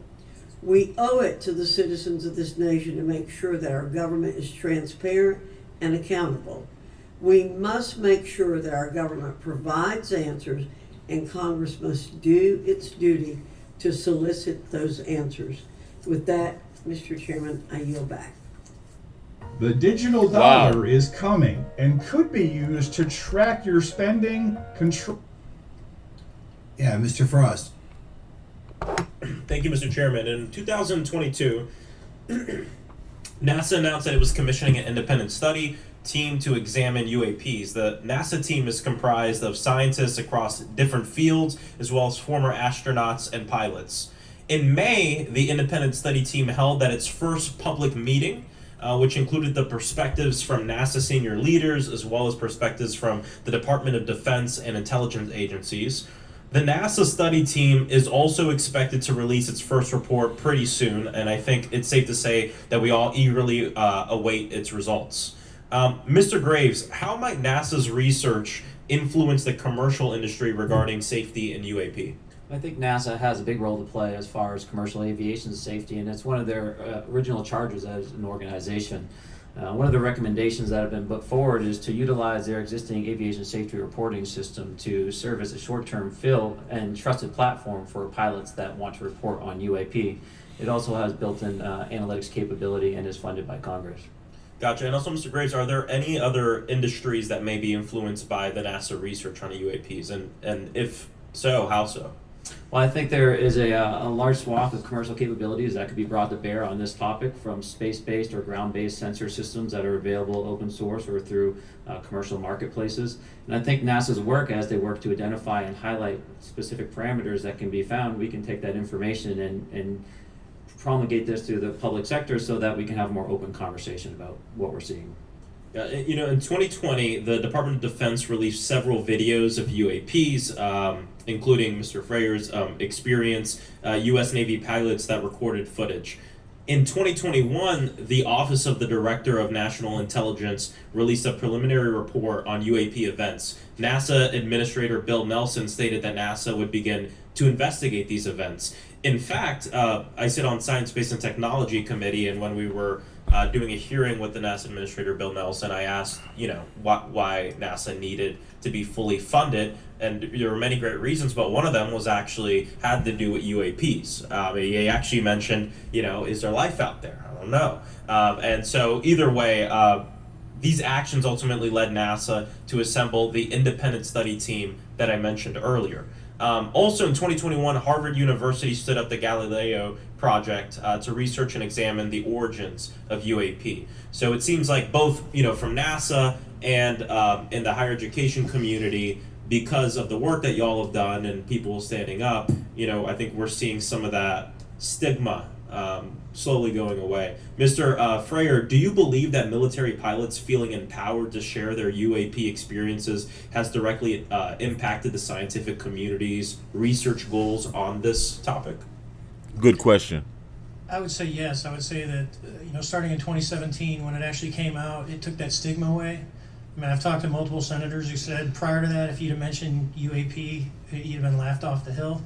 And now we're sitting here today for a public testimony on what's actually going on. I'm hoping that this curve will be more of an exponential, and we'll get more and more transparent to the level that we can. Yeah, and it's important. I couldn't imagine, I'm not a pilot, but I used to fly gliders in Civil Air Patrol. Huh? Yeah, I got Pilot?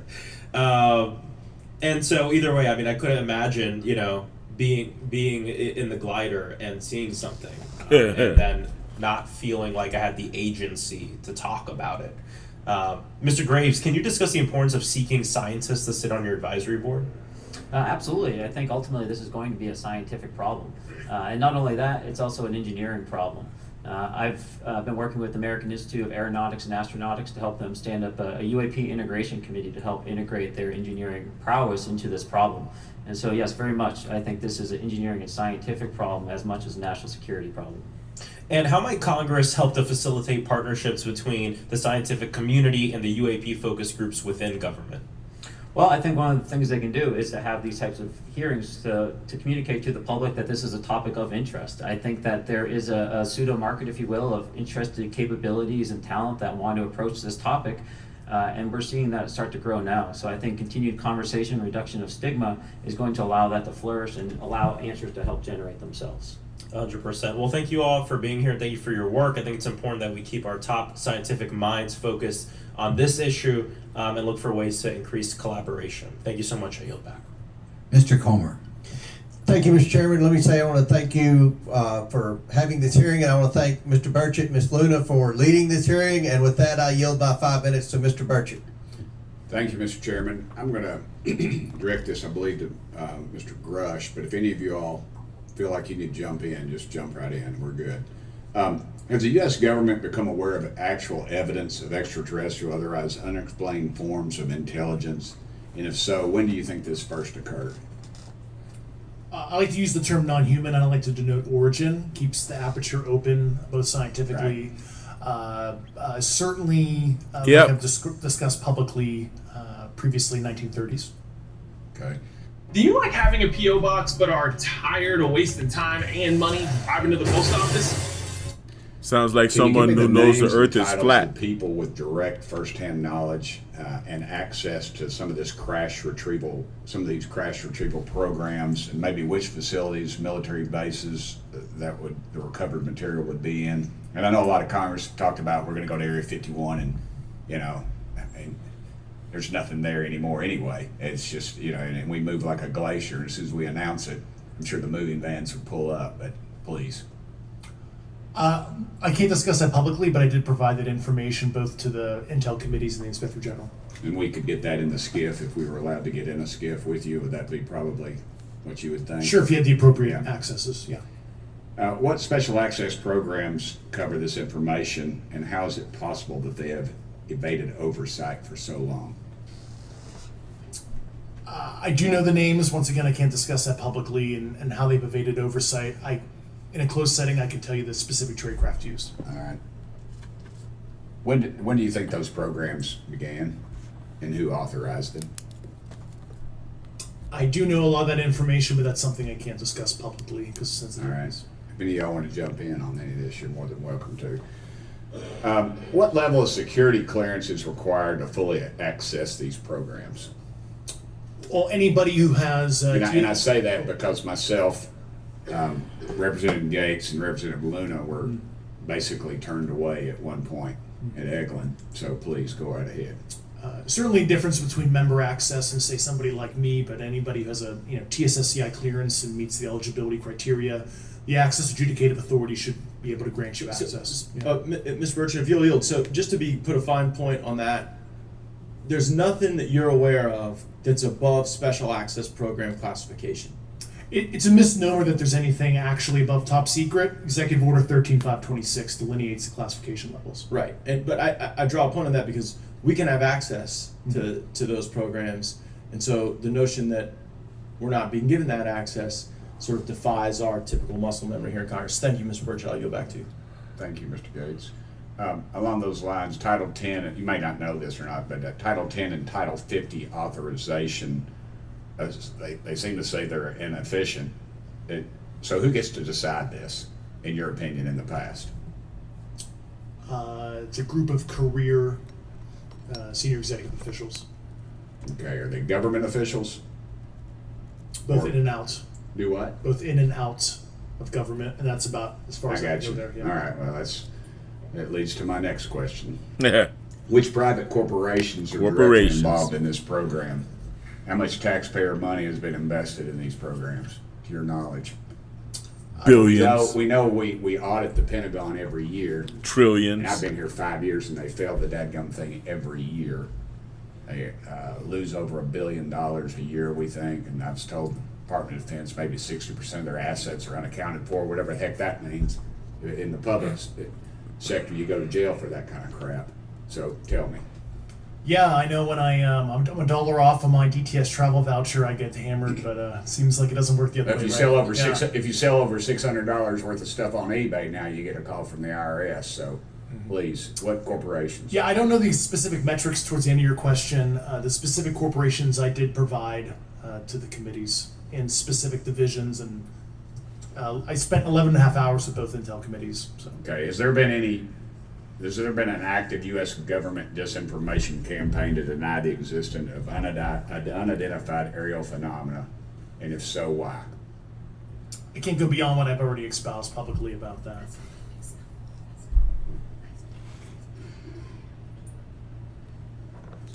Maybe it's not so much about the UFOs or the extraterrestrials, but maybe about the shape of the Earth that they don't want us to find out about. I've been told to ask you what that is and how to get it in the record. What have you stated publicly in your interviews for the congressional record?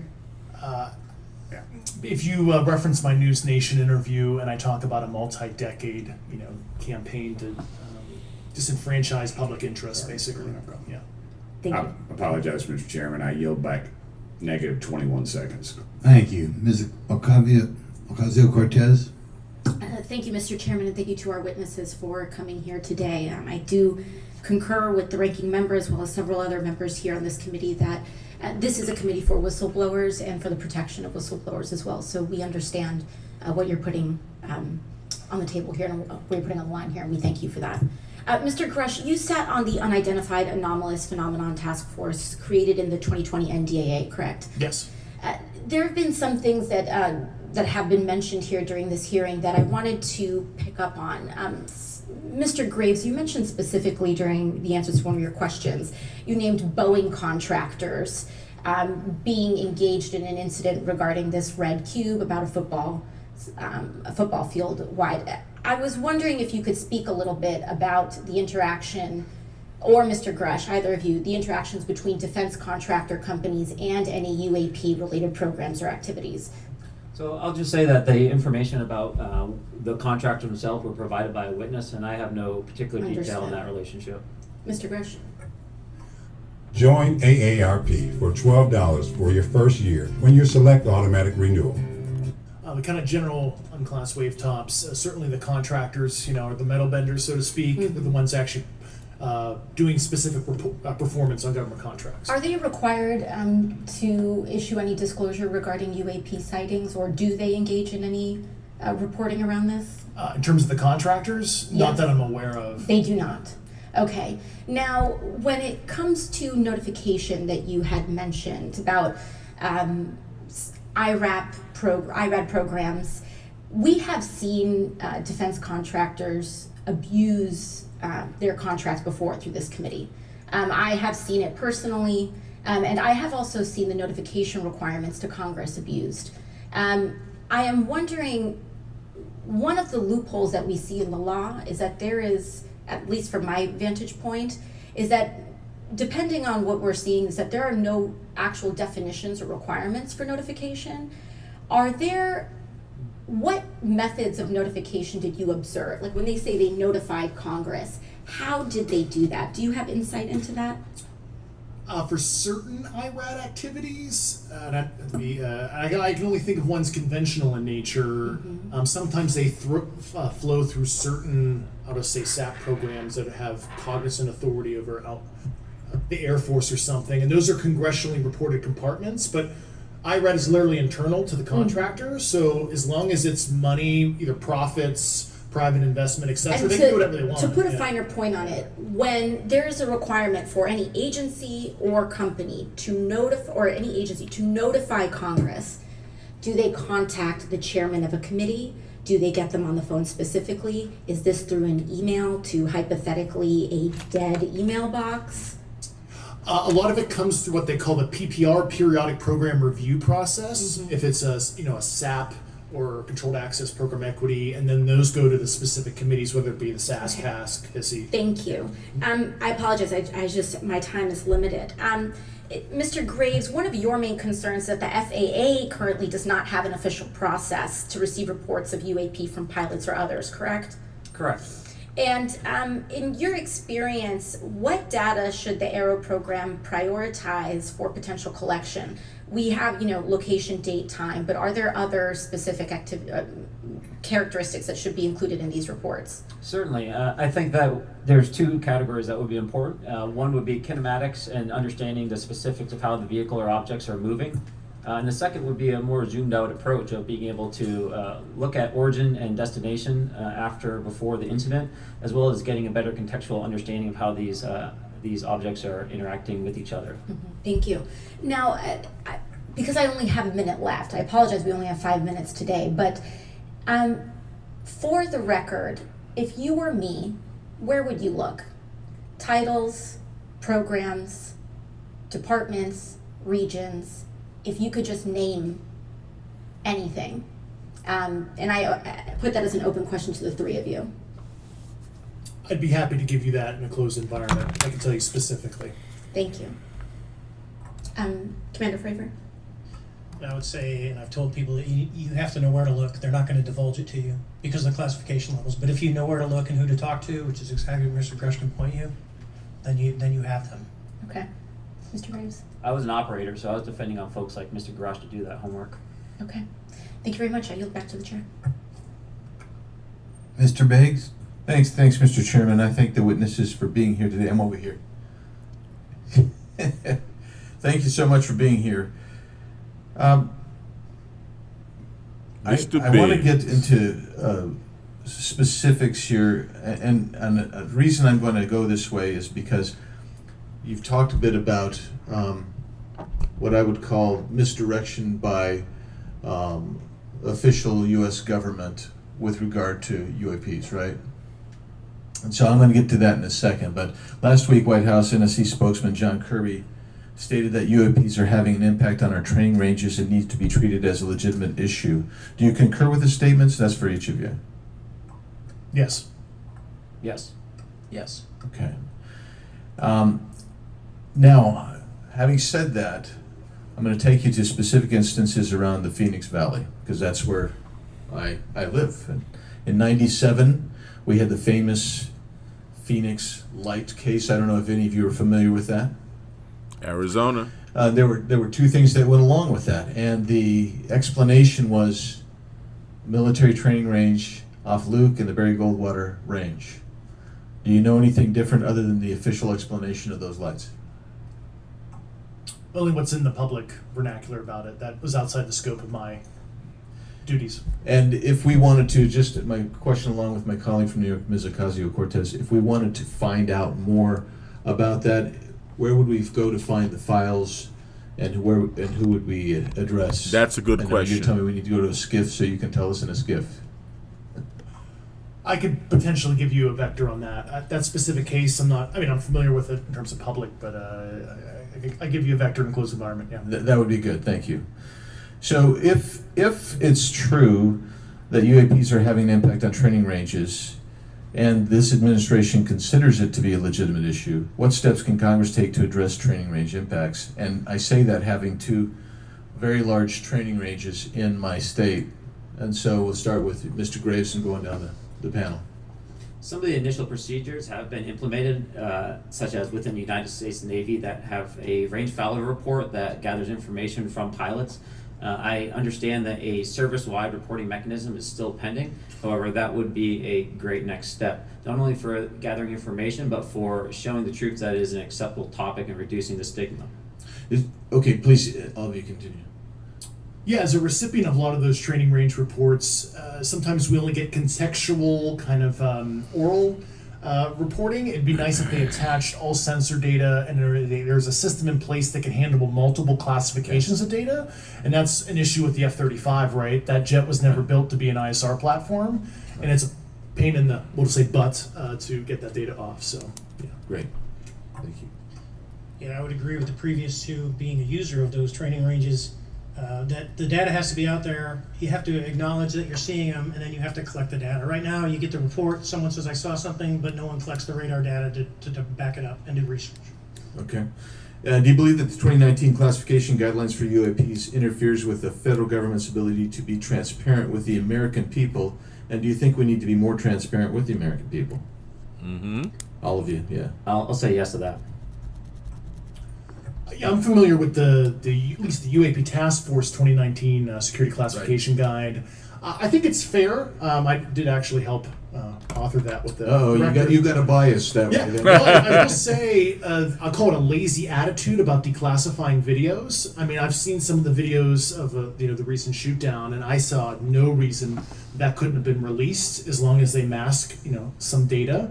The American people deserve to see that imagery in full motion video.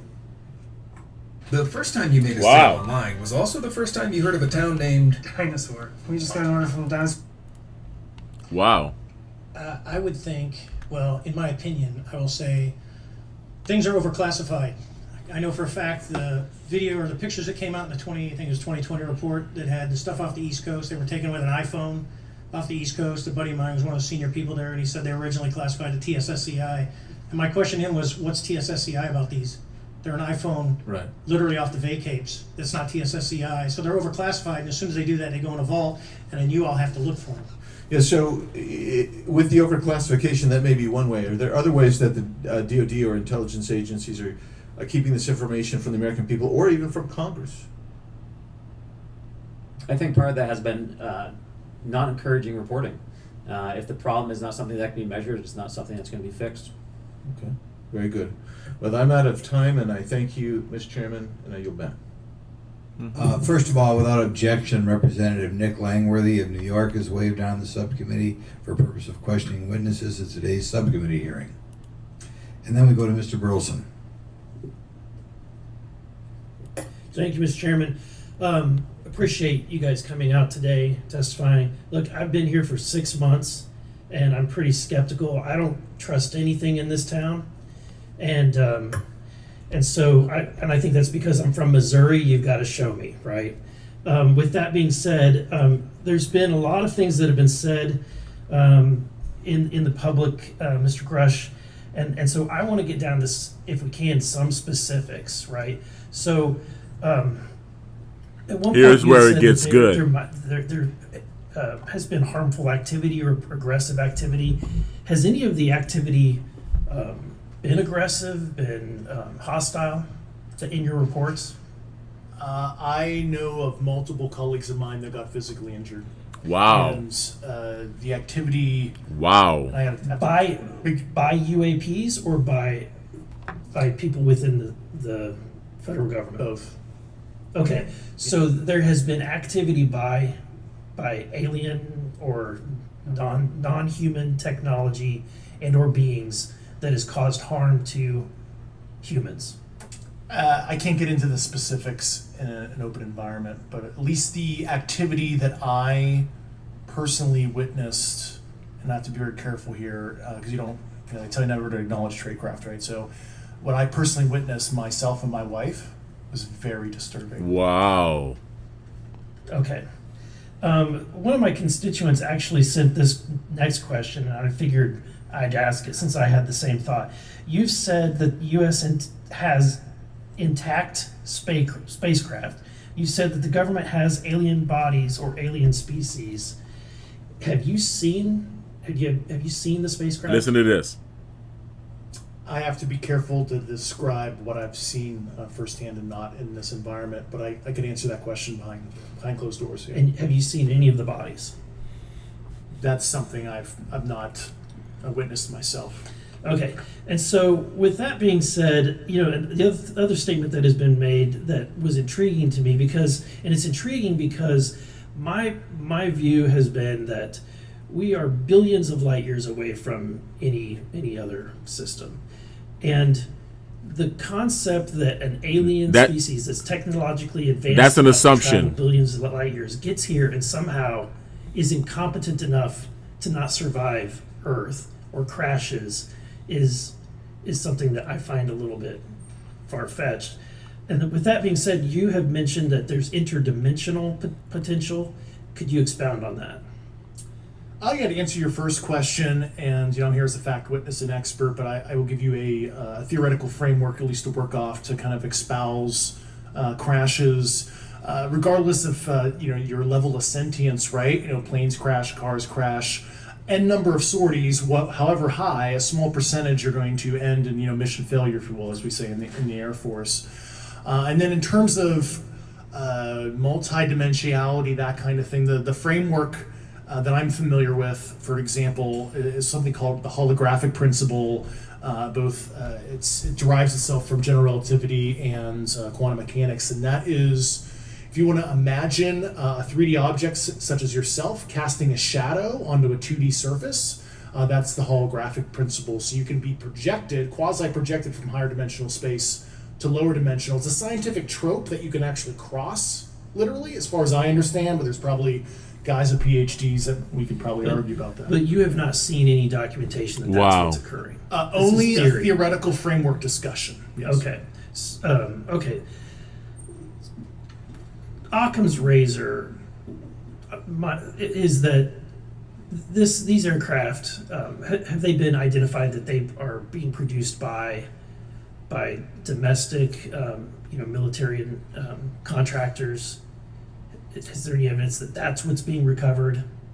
Not to my knowledge, plus the recoveries predate a lot of our advanced programs that I previously am witting of. So, would it be safe to say that there could be a scenario today where you have an aircraft that crashes and because it's been involved in one program from one federal agency, and but the agency that retrieves it is not aware of that program, and to them it appears alien in origin? I mean, that's a hypothetical situation. I'm not aware of any historical situation that would match that you described. So you're not aware. It has not happened that you're aware of. That I'm aware of. Thank you, Mr. Chairman. I yield back. When you first met K-12, our commitment was to help you get where you want. We don't have much longer, guys.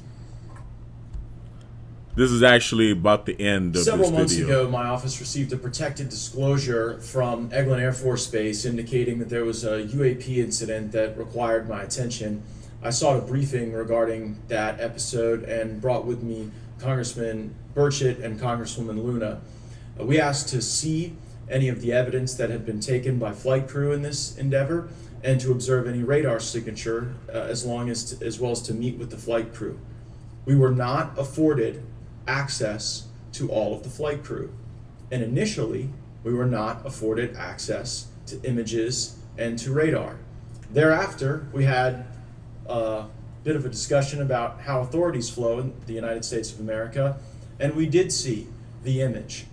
And we did meet with one member of the flight crew who took the image. Wow. The image was of something that I am not able to attach to any human capability, either from the United States or from any of our adversaries. And I'm somewhat informed on the matter, having served on the Armed Services Committee for 7 years, having served on the committee that oversees DARPA and advanced technologies for several years. When we spoke with the flight crew, and when he showed us the photo that he'd taken, I asked why the video wasn't engaged, why we didn't have a FLIR system that worked. Here's what he said. They were out on a test mission that day over the Gulf of Mexico, and when you're on a test mission, you're supposed to have clear airspace, not supposed to be anything that shows up. And they saw a sequence of 4 craft in a clear diamond formation for which there is a radar sequence that I alone have observed in the United States Congress. One of the pilots goes to check out that diamond formation and sees a large floating, what I can only describe as an orb. Again, like I said, not of any human capability that I'm aware of. And when he approached, he said that his radar went down, he said that his FLIR system malfunctioned, and that he had to manually take this image from one of the lenses, and it was not automated in collection as you would typically see in a test mission. So I guess I'll start with Commander Fravor.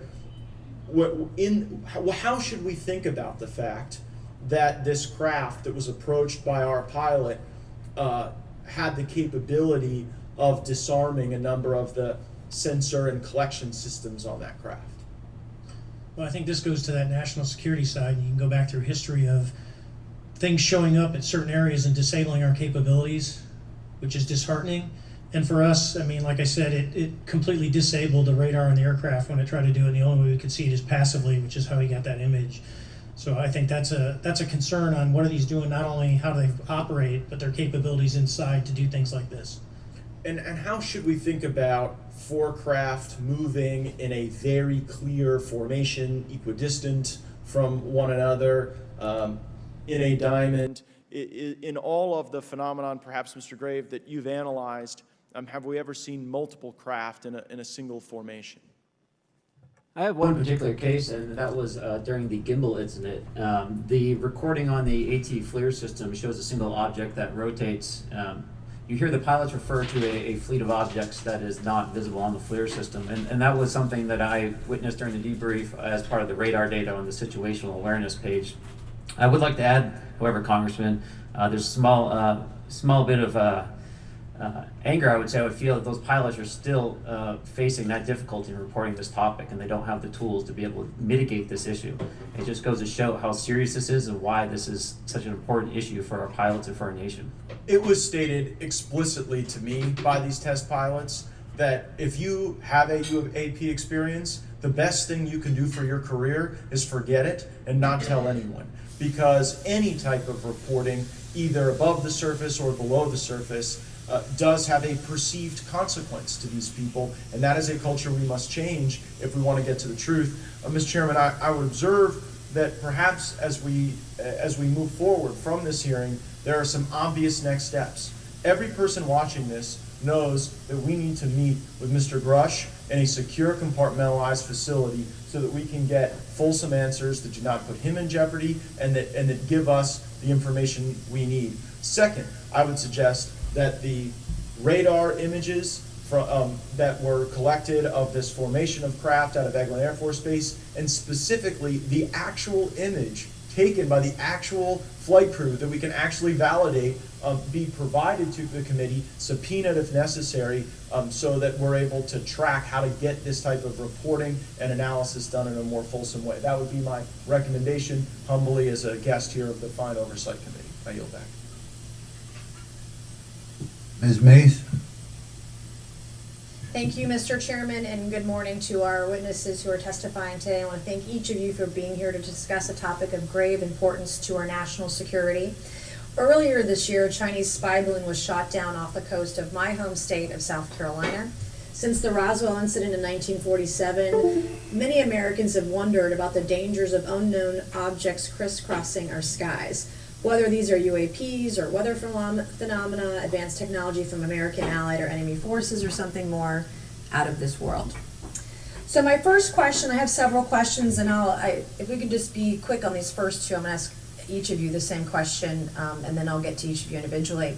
The first one, when you reported your experiences with a UAP, did any of you face any repercussions with your superiors, yes or no? No. Worry about theft of your mail and packages? Wouldn't it be great if you can manage? No. I've actually never seen anything personally, believe it or not. So. All right. And then do you believe there's an active disinformation campaign within our government to deny existence of UAPs, yes or no? I don't have an answer to that. As previously stated publicly, yes. I think previously with like Project Blue Book, yes, but currently I don't speak for the United States government. Thank you. I have a few questions for Mr. Graves. What percentage of UAP sightings, in your belief, go unreported by our pilots? This is an approximation based off of my personal experience speaking with a number of pilots, but I would estimate we're somewhere near 5% reporting, perhaps. So like 95% basically don't report seeing UAPs? That's just my personal estimate. In the incident off Virginia Beach, do you believe the Navy took the danger to your aircraft seriously after it was reported? Absolutely. A few questions for Mr. Favor. As an expert naval aviator, have you ever seen an object that looked and moved like the Tic Tac UAP? No. Did the Tic Tac UAP move in such a way that defied the laws of physics? The way we understand them, yes. Wow. Many dismiss UAP reports as classified weapons testing by our own government, but in your experience as a pilot, does our government typically test advanced weapon systems right next to multi-million-dollar jets without informing our pilots? No, we have test ranges for that. It took over 15 years for your encounter with the Tic Tac to be declassified. Do you feel there was a good reason to prevent lawmakers from having access to this footage? No, I just think it was ignored when it happened, and it just sat somewhere in a file, never got reported. In a drawer. It happens a lot up here. Shocker. Mr. Grush, a couple of questions for you too, sir, this morning. What percentage of UAPs do you feel are adequately investigated by the U.S. government, of the 5% that are reported? I can only speak for my personal leadership over at NGA. I tried to look at every report that came through that I could triage. So, do you believe that officials at the highest levels of our national security apparatus have unlawfully withheld information from Congress and subverted our oversight authority? there are certain elected leaders that had more information that I'm not sure what they've shared with certain Gang of Eight members or et cetera, but certainly I would not be surprised. Okay. You've stated that the government is in possession of potentially non-human spacecraft. Based on your experience and extensive conversations with experts, do you believe our government has made contact with intelligent extraterrestrials? Something I can't discuss in public setting. That's a yes. Okay, I can't ask when you think this occurred. We're talking to the extraterrestrials. Crashed craft, stated earlier. Do we have the bodies of the pilots who piloted this craft? As I've stated publicly already in my News Nation interview, biologics came with some of these recoveries. Bodies. We got bodies. Were they, I guess, human or non-human biologics? Non-human, and that was the assessment of people with direct knowledge on the program I talked to that are currently still on the program. We got bodies. Documentary evidence is video, photos, eyewitness. Like, how would that be determined? The specific documentation I would have to talk to you and Skip about. Okay, so, and you may or may not be able to answer my last question, and maybe we get into a skiff at the next hearing that we have, but who in the government, either what agency, sub-agency, what contractors, who should be called into the next hearing about UAPs, either in a public setting or even in a private setting? And you probably can't name names, but what agencies or organizations, contractors, et cetera, do we need to call in to get these questions answered, whether it's about funding, what programs are happening, and what's out there? The men in I black. can give you a specific cooperative and hostile witness list of specific individuals that were in those. And how soon can we get that list?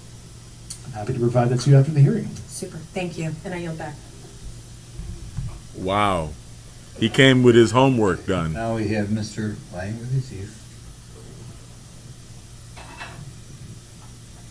Okay.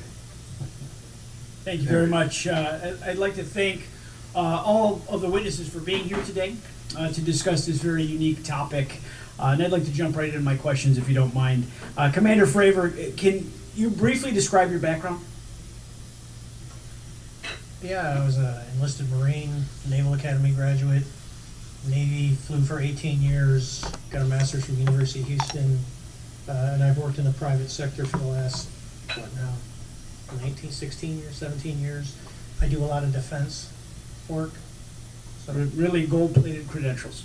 Commander Fravor, we have all seen the floating Tic Tac video that you engaged with on November 14th, 2004. Can you briefly talk about why you were off the coast of San Diego that day? Yeah, we were at a workup with all the battle groups, so we integrate the ships with the carrier, the air wing with the carrier, and we start working. So we were doing an air-to-air defense to hone not only our skills, but those of the USS Princeton when they had been tracking them for 2 weeks. The problem was that there was never manned aircraft airborne when they were tracking them, and this was the first day, and unfortunately we were the ones airborne and went and saw it. Do you remember the weather that day? Was it cloudy or windy or anything out of the ordinary on the Pacific coast? It was actually, if you're familiar with San Diego, it was a perfect day, light winds, no white caps, clear skies, not a cloud. It was, for flying, it was the best. Now, is it true that you saw, in your words, a 40-foot flying Tic-Tac shaped object? That's correct. Or for some people that can't know what a Tic Tac is, it's a giant flying propane tank. Fair enough. Did this object come up on radar or interfere with your radar or the USS Princeton? The Princeton tracked it, the Nimitz tracked it, the E2 tracked it. We never saw it on our radars. Our fire control radars never picked it up. The other airplane that took the video did get it on a radar. As soon as it tried to lock it jammed the radar, spit the lock, and he rapidly switched over to the targeting pod, which he can do in the F-18. From what you saw that day and what you've seen on video, did you see any source of propulsion from the flying object, including on any potential thermal scans from your aircraft? No, there's none. There's no IR plume coming out. And Chad, who took the video, went through all the EO, which is black and white TV, and the IR modes, and there's no visual signs of propulsion. It's just sitting in space at 20,000 feet. In your career, have you ever seen a propulsion system that creates no thermal exhaust? No. If you make less than $50,000 per year, then this message is for you. Congress just passed a free $1.9 trillion stimulus. Can you describe how the aircraft maneuvered? Abruptly, very determinate. It knew exactly what it was doing. It was aware of our presence. And it had acceleration rates. I mean, it went from 0 to matching our speed in no time at all. Now, if the fastest plane on Earth was trying to do these maneuvers that you saw, would it be capable of doing that? No, not even close. And just to confirm, this object had no wings, correct? No wings. Now, was the aircraft that you were flying, was it armed? No, it never felt threatened at all. If the aircraft was armed, do you believe that your aircraft or any aircraft in possession of the United States could have shot the Tic Tac down? I'd say no. Just on the performance, it would just left in a split second. You're outclassed, you're outgunned. Like we have a problem here that needs further investigation. Yes. In your belief, is this flying Tic Tac? I mean, is it capable of being the product of any other nation on the Earth? No, like I said earlier, I think it defies current material science and the ability to develop that much propulsion. And I know there's been some physicists that have done calculations, which is beyond anything that we have. There you go. Either the United States has an adversary here in this world that we don't know, or we really have some serious investigations to do. I really appreciate you being here. Is there anything else about the November 14th, 2004 incident that you think is important for this committee to know that you haven't been asked here today? No, it's been said it's probably the most credible UFO sighting in history based on all the sensors that were tracking it, and then for us to get visual and to go against the naysayers that it's something on the screen or whatever. I mean, there's 4 sets of human eyeballs. We're all very credible.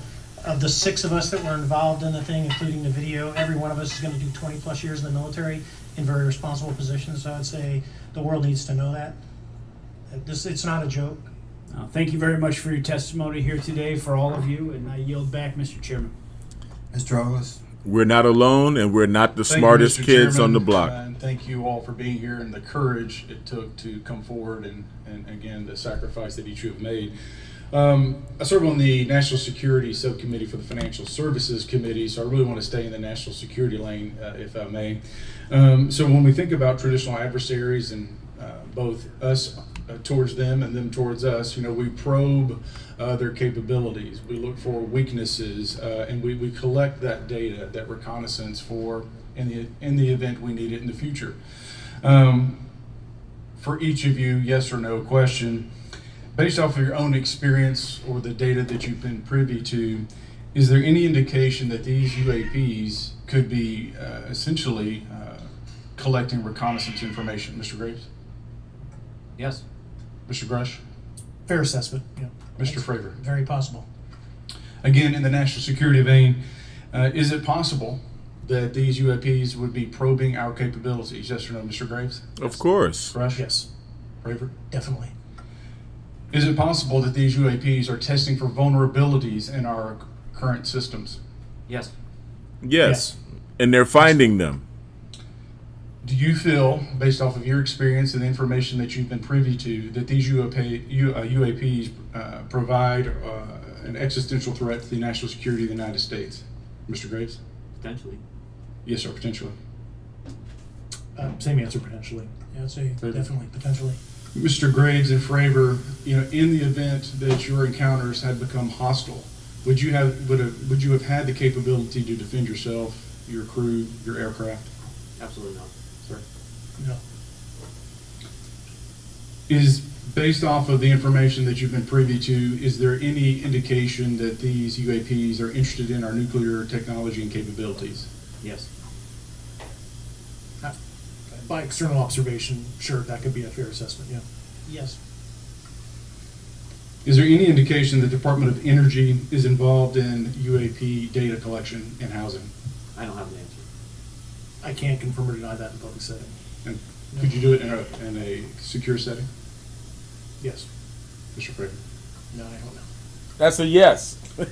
For 6.5 years, we were on NetSuite, and we were super limited with all of the creative ideas. Mr. Chairman, I think I'm the last member to go, but there clearly is a threat to the national security of the United States of America.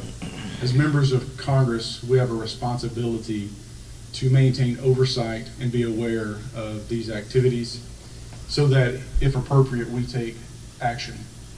I would encourage the chairman to demand that we have any and all, in particular Mr. Grush, talk to us in a skiff, and if that access is denied, I will personally volunteer to initiate the Holman Rule against any personnel or any program or any agency that denies access to Congress. Mr. Chairman, with that, I will yield the remainder of my time to my fellow colleague from Tennessee, Mr. Burchett. Thank you, Mr. Chairman. Thank you, Mr. Ogles, for the great questions, brother. Mr. Grush, I might have asked this before, but I want to make sure. Do you have any personal knowledge of someone who's possibly been injured working on legacy UAP reverse engineering? Yes. Wow. How were they injured? Is it something like a radioactive type situation or something we didn't understand? I've heard people talk about Havana syndrome type incidences. What was your recollection of that? I can't get into specifics, but you can imagine assessing an unknown unknown. There's a lot of potentialities you can't fully prepare for. Somebody got vaporized. How do you think we ought to handle UAP whistleblower complaints like yours in the future? Yeah, there was some issue with mine. So, PPD 19 process, it goes to the Intel committees, either through PPD 19 or ICD 120.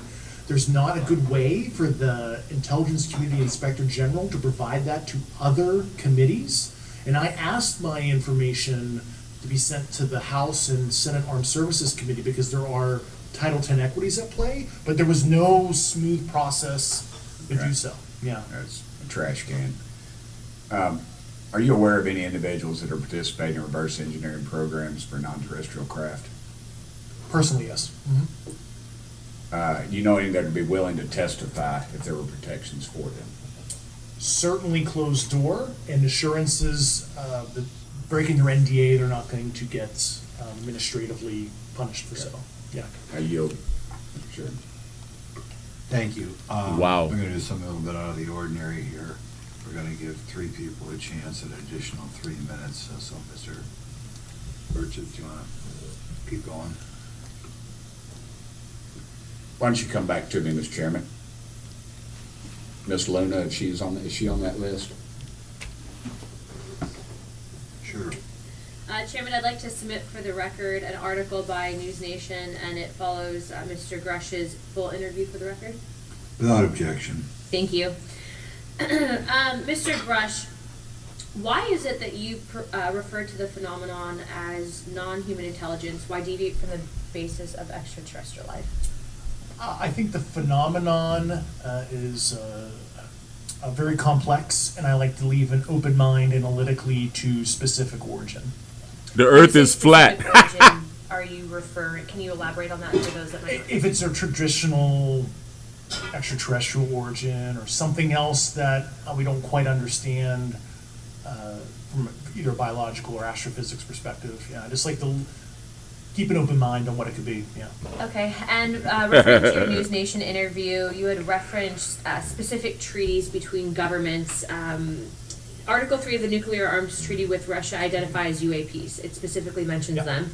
To your knowledge, are there safety measures in place with foreign governments or other superpowers to avoid an escalatory situation in the event that a UAP malevolent event occurs? Yeah, you're referring to actual public treaty in the UN Register. It's funny you mentioned that. Yeah, the Agreement on Measures to Reduce the Risk of Outbreak of Nuclear War, signed in 1971. Unclassified treaty, publicly available. And if you cite the George Washington University National Security Archives, you will find the declassified in 2013 specific provisions in the specific red line flash message traffic with the specific codes pursuant to Article 3 and Article, also Situation 2, which is in the previously classified NSA archive. What I would recommend, and I tried to get access, but I got a wall of silence at the White House, was those specific incidents when those message traffic was used. I think some scholarship on that would open the door to a further investigation using those publicly available information. Thank you. And then my last question with 51 seconds remaining. You mentioned white-collar crimes potentially being taking place in regards to a cover-up. Can you please elaborate? I have concerns based on the interviews I conducted under my official duties of potential violations of the Federal Acquisition Regulations, the FAR. Thank you very much, Chairman. I yield the remainder of my time. Okay, we'll go to Mr. Raskin for 3 minutes. Thanks, Mr. Chair. I thank the witnesses for their endurance and service today. Mr. Fravor, you've described your episode in detail now, and you call it the most credible UFO sighting in history. But I wonder, was this the first time that you encountered a UFO or a UAP in 2004? Yes. And what was your general attitude or perspective on the UFO discussion before that happened? I never felt that we were alone with all the planets out there, but I wasn't a UFO person. I wasn't watching History Channel and MUFON and all that. He drank the NASA Kool-Aid. Have you had experiences or encounters since that happened? No. And so, have you formed any general conclusions about what you think you experienced then? Yes, I think what we experienced was, like I said, well beyond the material science and the capabilities that we had at the time, that we have currently, or that we're going to have in the next 10 to 20 years. Very good. Mr. Bush, you've been able to answer in great detail on certain questions. Wow. And then other things you say you're not able to respond to. Can you just explain where you're drawing the line? What's the basis for that? Yeah, based on my DOPSR security review and what they've determined that is unclassified. I see. So you're answering any questions that just call upon your knowledge of unclassified questions, but anything that relates to classified matters you're not commenting on in this context. In an open session, but happy to participate in a closed session at the right level, yeah. Okay. And Mr. Graves, you said that there are dozens of fellow pilots, military pilots. Are there also commercial pilots who've encountered the same kind of sightings that you described before? They are similar. Commercial pilots have less range and less sensors to be able to reach out and look for objects over wide swaths of airspace. And so pilots are seeing them, commercial pilots are seeing them, they're typically closer, and the range of what they're seeing is pretty large. Well, what is the most vivid, concrete sighting with the naked eye of the objects that you described before, the cube-like objects? Certainly, I think the most vivid sighting of that would have been near midair that we had at the entrance to our working area. One of these objects was completely stationary at the exact entrance to our working areas, not only geographically but also at altitude. A gray cube in a round bubble. On the eastern seaboard. The two aircraft flew within about 50 feet of the object, and that was a very close visual sighting. And you were in one of the aircraft? I was not. I was there when the pilot landed. He canceled the mission after, and I was there. He was in the ready room with all his gear on, with his mouth open. And I asked him what the problem was, and he said he almost hit one of those darn things. He said he was 50 feet away from it? Yes, sir. And his description of the object was consistent with the description you gave us before? A dark gray or a black cube inside of a clear sphere. Inside of a clear sphere? Yes. And with no self-evident propulsion system? No wings, no IR energy coming off of the vehicle, nothing tethering it to the ground. And that was primarily what we were experiencing out there. I'm over time. Thank you very much for your service, and I yield back to Mr. Chairman. Very good. Mr. Burchett?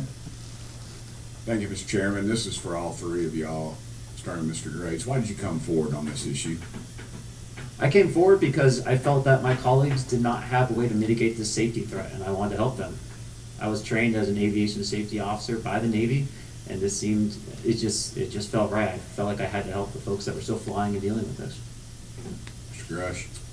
Purely a sense of duty. I first swore an oath when I was a cadet 18 years ago, and I still uphold that even out of uniform. Commander?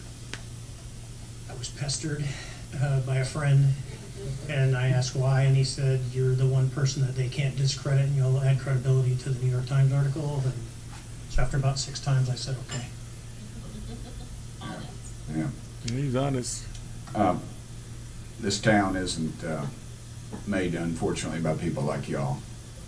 We thank y'all. And I do want to also thank the people in the audience and the people that are watching this that can't be, people all over the world that have kept this issue alive. You've endured criticism and derogatory remarks, and we're trying to get to the bottom of it. So God bless y'all. Thank y'all so much.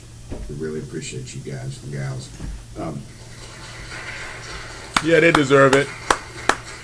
That's why we need term limits. Y'all keep clapping, us politicians just keep talking. So, let me ask y'all, how can the public contribute to UAP reporting? And what avenues you think are available to the public to report these sightings? Well, right now, I don't think there is a lot of public options for every man to be able to report on this. I think even for professionals that have sensor data that are seeing these on a regular basis, they're still hesitant to come forward. And so for the general public, I think encouraging the conversations that we're having today, looking for technology solutions that can be distributed so that objective data can be gathered is the first place to go. Mr. Grush? I'll just touch on the whistleblower side of it. I do encourage, current, former military, intelligence community, and industry contractors to come forward in a legal way, either through the IC or DoD or whatever the cognizant IGs are, to lead, join me in this discussion. Commander, and I guess I should say this for the record, my daddy was United States Marine Corps, 1st Marine Division, so. Hoorah. Yes, sir, he was old school, him and Chesty Puller on Peleliu, so thank you, brother. Wow. Yes, sir. I'm not anything like my daddy, he was incredible, I'm very mediocre to say the least, but go ahead. You seem to be doing fine. Yeah. For me, I was an accident investigator, so the biggest thing they learn, and I think that witnesses need to do is, one, don't try and make the fish bigger than it was. Stick to the facts, write it down, and don't speculate what you think it is because it will sway your decision. Just write the facts down, we can get all the facts together, and we can start to investigate and get a real honest story instead of, it was this big. Thank you all, and I want to thank everybody, we made history today. Mr. Chairman. Yes, you made history today. Thank you much, Mr. Garcia. Thank you. I know now we're going to be making some closing remarks, and so I just wanted to say a few things. First, to our witnesses, I want to thank all of you for being here with us today. I know that it takes a lot of courage. You're telling really important information to this committee, and I just want to thank you also for all three of you, your service to our country. I also want to just note that today's hearing was both important but also serious, and I want to thank our subcommittee chairman, Mr. Groffman, I think for running a very fair and substantive hearing. I do want to thank the committee staff on both sides for the amount of work that it took to put this hearing in place, and certainly to all the members that have been involved in this issue prior to the hearing. I also want to note for our witnesses and for the public that I'm a freshman member of Congress and I've only been here for 7 months, but this is by far the most bipartisan conversation and discussion that I have seen happen in the Congress. And I think that a topic of this significance as it relates to our national security, as it relates to information that we're trying to gather for the American public, does bring people together, and I think that's been really great to see. I think it's also important to note for the public, today in our hearing, we had on our side also both our full ranking member, which is Mr. Raskin, and our vice ranking member, which is Ms. Ocasio-Cortez, both here at our hearing. I think it shows the importance and seriousness that our side of the aisle is taking to this important hearing, but also the broader issue as it relates to working with our Republican counterparts on this committee. I want to additionally add that I think it's really important that we have and continue these discussions and these hearings. Clearly, there's a lot of information that we don't know, but it's also very clear that we have to continue our investigation and accountability on asking the right questions and ensuring that they're part of the public. All right, now there's another interview patrolling here. with some of our agents, and they're doing a phenomenal job of responding to traffic that's coming across that border. You and I posed. Okay, that's a border dispute thing. Yeah, there you have it, people. It can't get really any better than this, right? Confirmation now before Congress of the United States, that we do in fact have bodies, we do in fact have UFOs. Basically, you can consider all of the refusals to confirm or deny as being tantamount to being a yes. Okay, I don't really see what the surprise is about that, and I think we're reaching a new period in world history, all right, in the history of the world, and it's a very exciting time to be alive. That's all I can say. It's a very exciting time to be alive. So I'm going to show you something that I believe has a lot to do with why the government is so scared to reveal any information, why they're so I don't know what you want to call it, why they're so nervous about it, right? I believe that there may be more to the world that we live in than we actually know. So actually, this video is a little bit too long for us to talk about that. Let me transition here.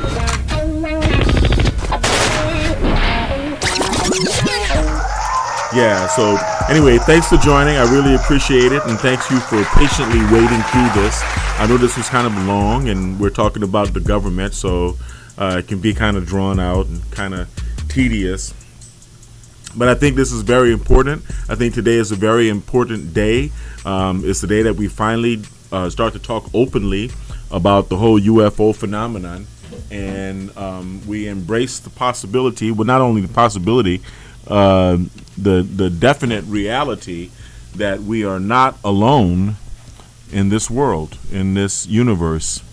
And let me see. There we go. So I want to thank you guys for joining me again.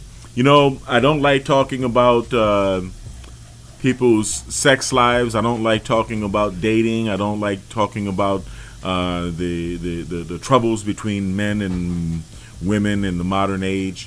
I don't like to talk about, redundant and rudimentary subjects.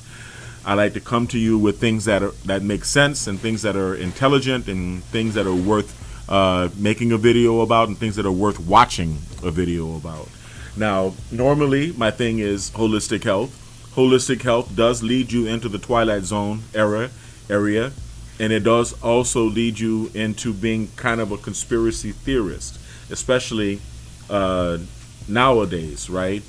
Shout out to Bronny James, and my heart and prayers go out to LeBron and the entire James family, as well as Jamie Foxx and everybody else who has been affected by these things that we can't talk about nowadays. So to avoid putting a target on my back, I'm kind of taking a step back from holistic health until we can speak more freely about these things. And when we can, I'm going to come back just as heavy and hard as always. But thanks for sticking with me on this. Thanks for watching this with me. I really appreciate it. Stay kind. As you know, kind is not only the new sexy, kind is the only sexy. I want you to stay blessed, and I want you to stay healthy.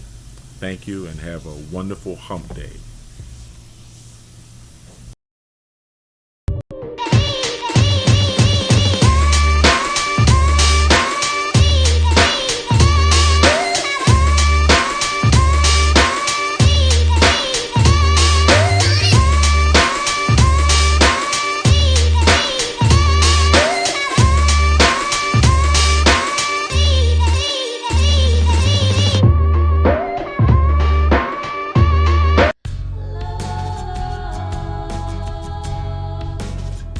label quality Biomed RX CBD oil is made from organic hemp that is locally grown, glyphosate-free, gluten-free, non-GMO, homogenized, third-party tested, and CO2 extracted.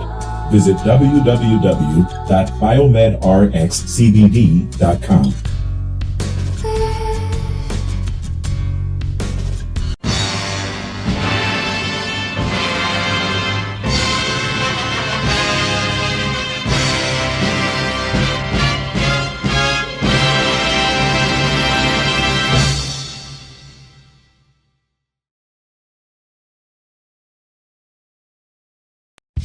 Biomedric's Optimum Woman is the only woman's high-potency full-spectrum multiple vitamin supplement to contain 56 nutrients, including those most important for today's woman, such as calcium for bone health, iron for healthy red blood cells, beta-carotene, biotin for nail and hair health, gamma-linoleic acid from evening primrose oil, octosanol, grapeseed extract, a potent antioxidant important for maintaining capillary strength, and vegetarian digestive enzymes. Visit www.biomedrxsupplements.com.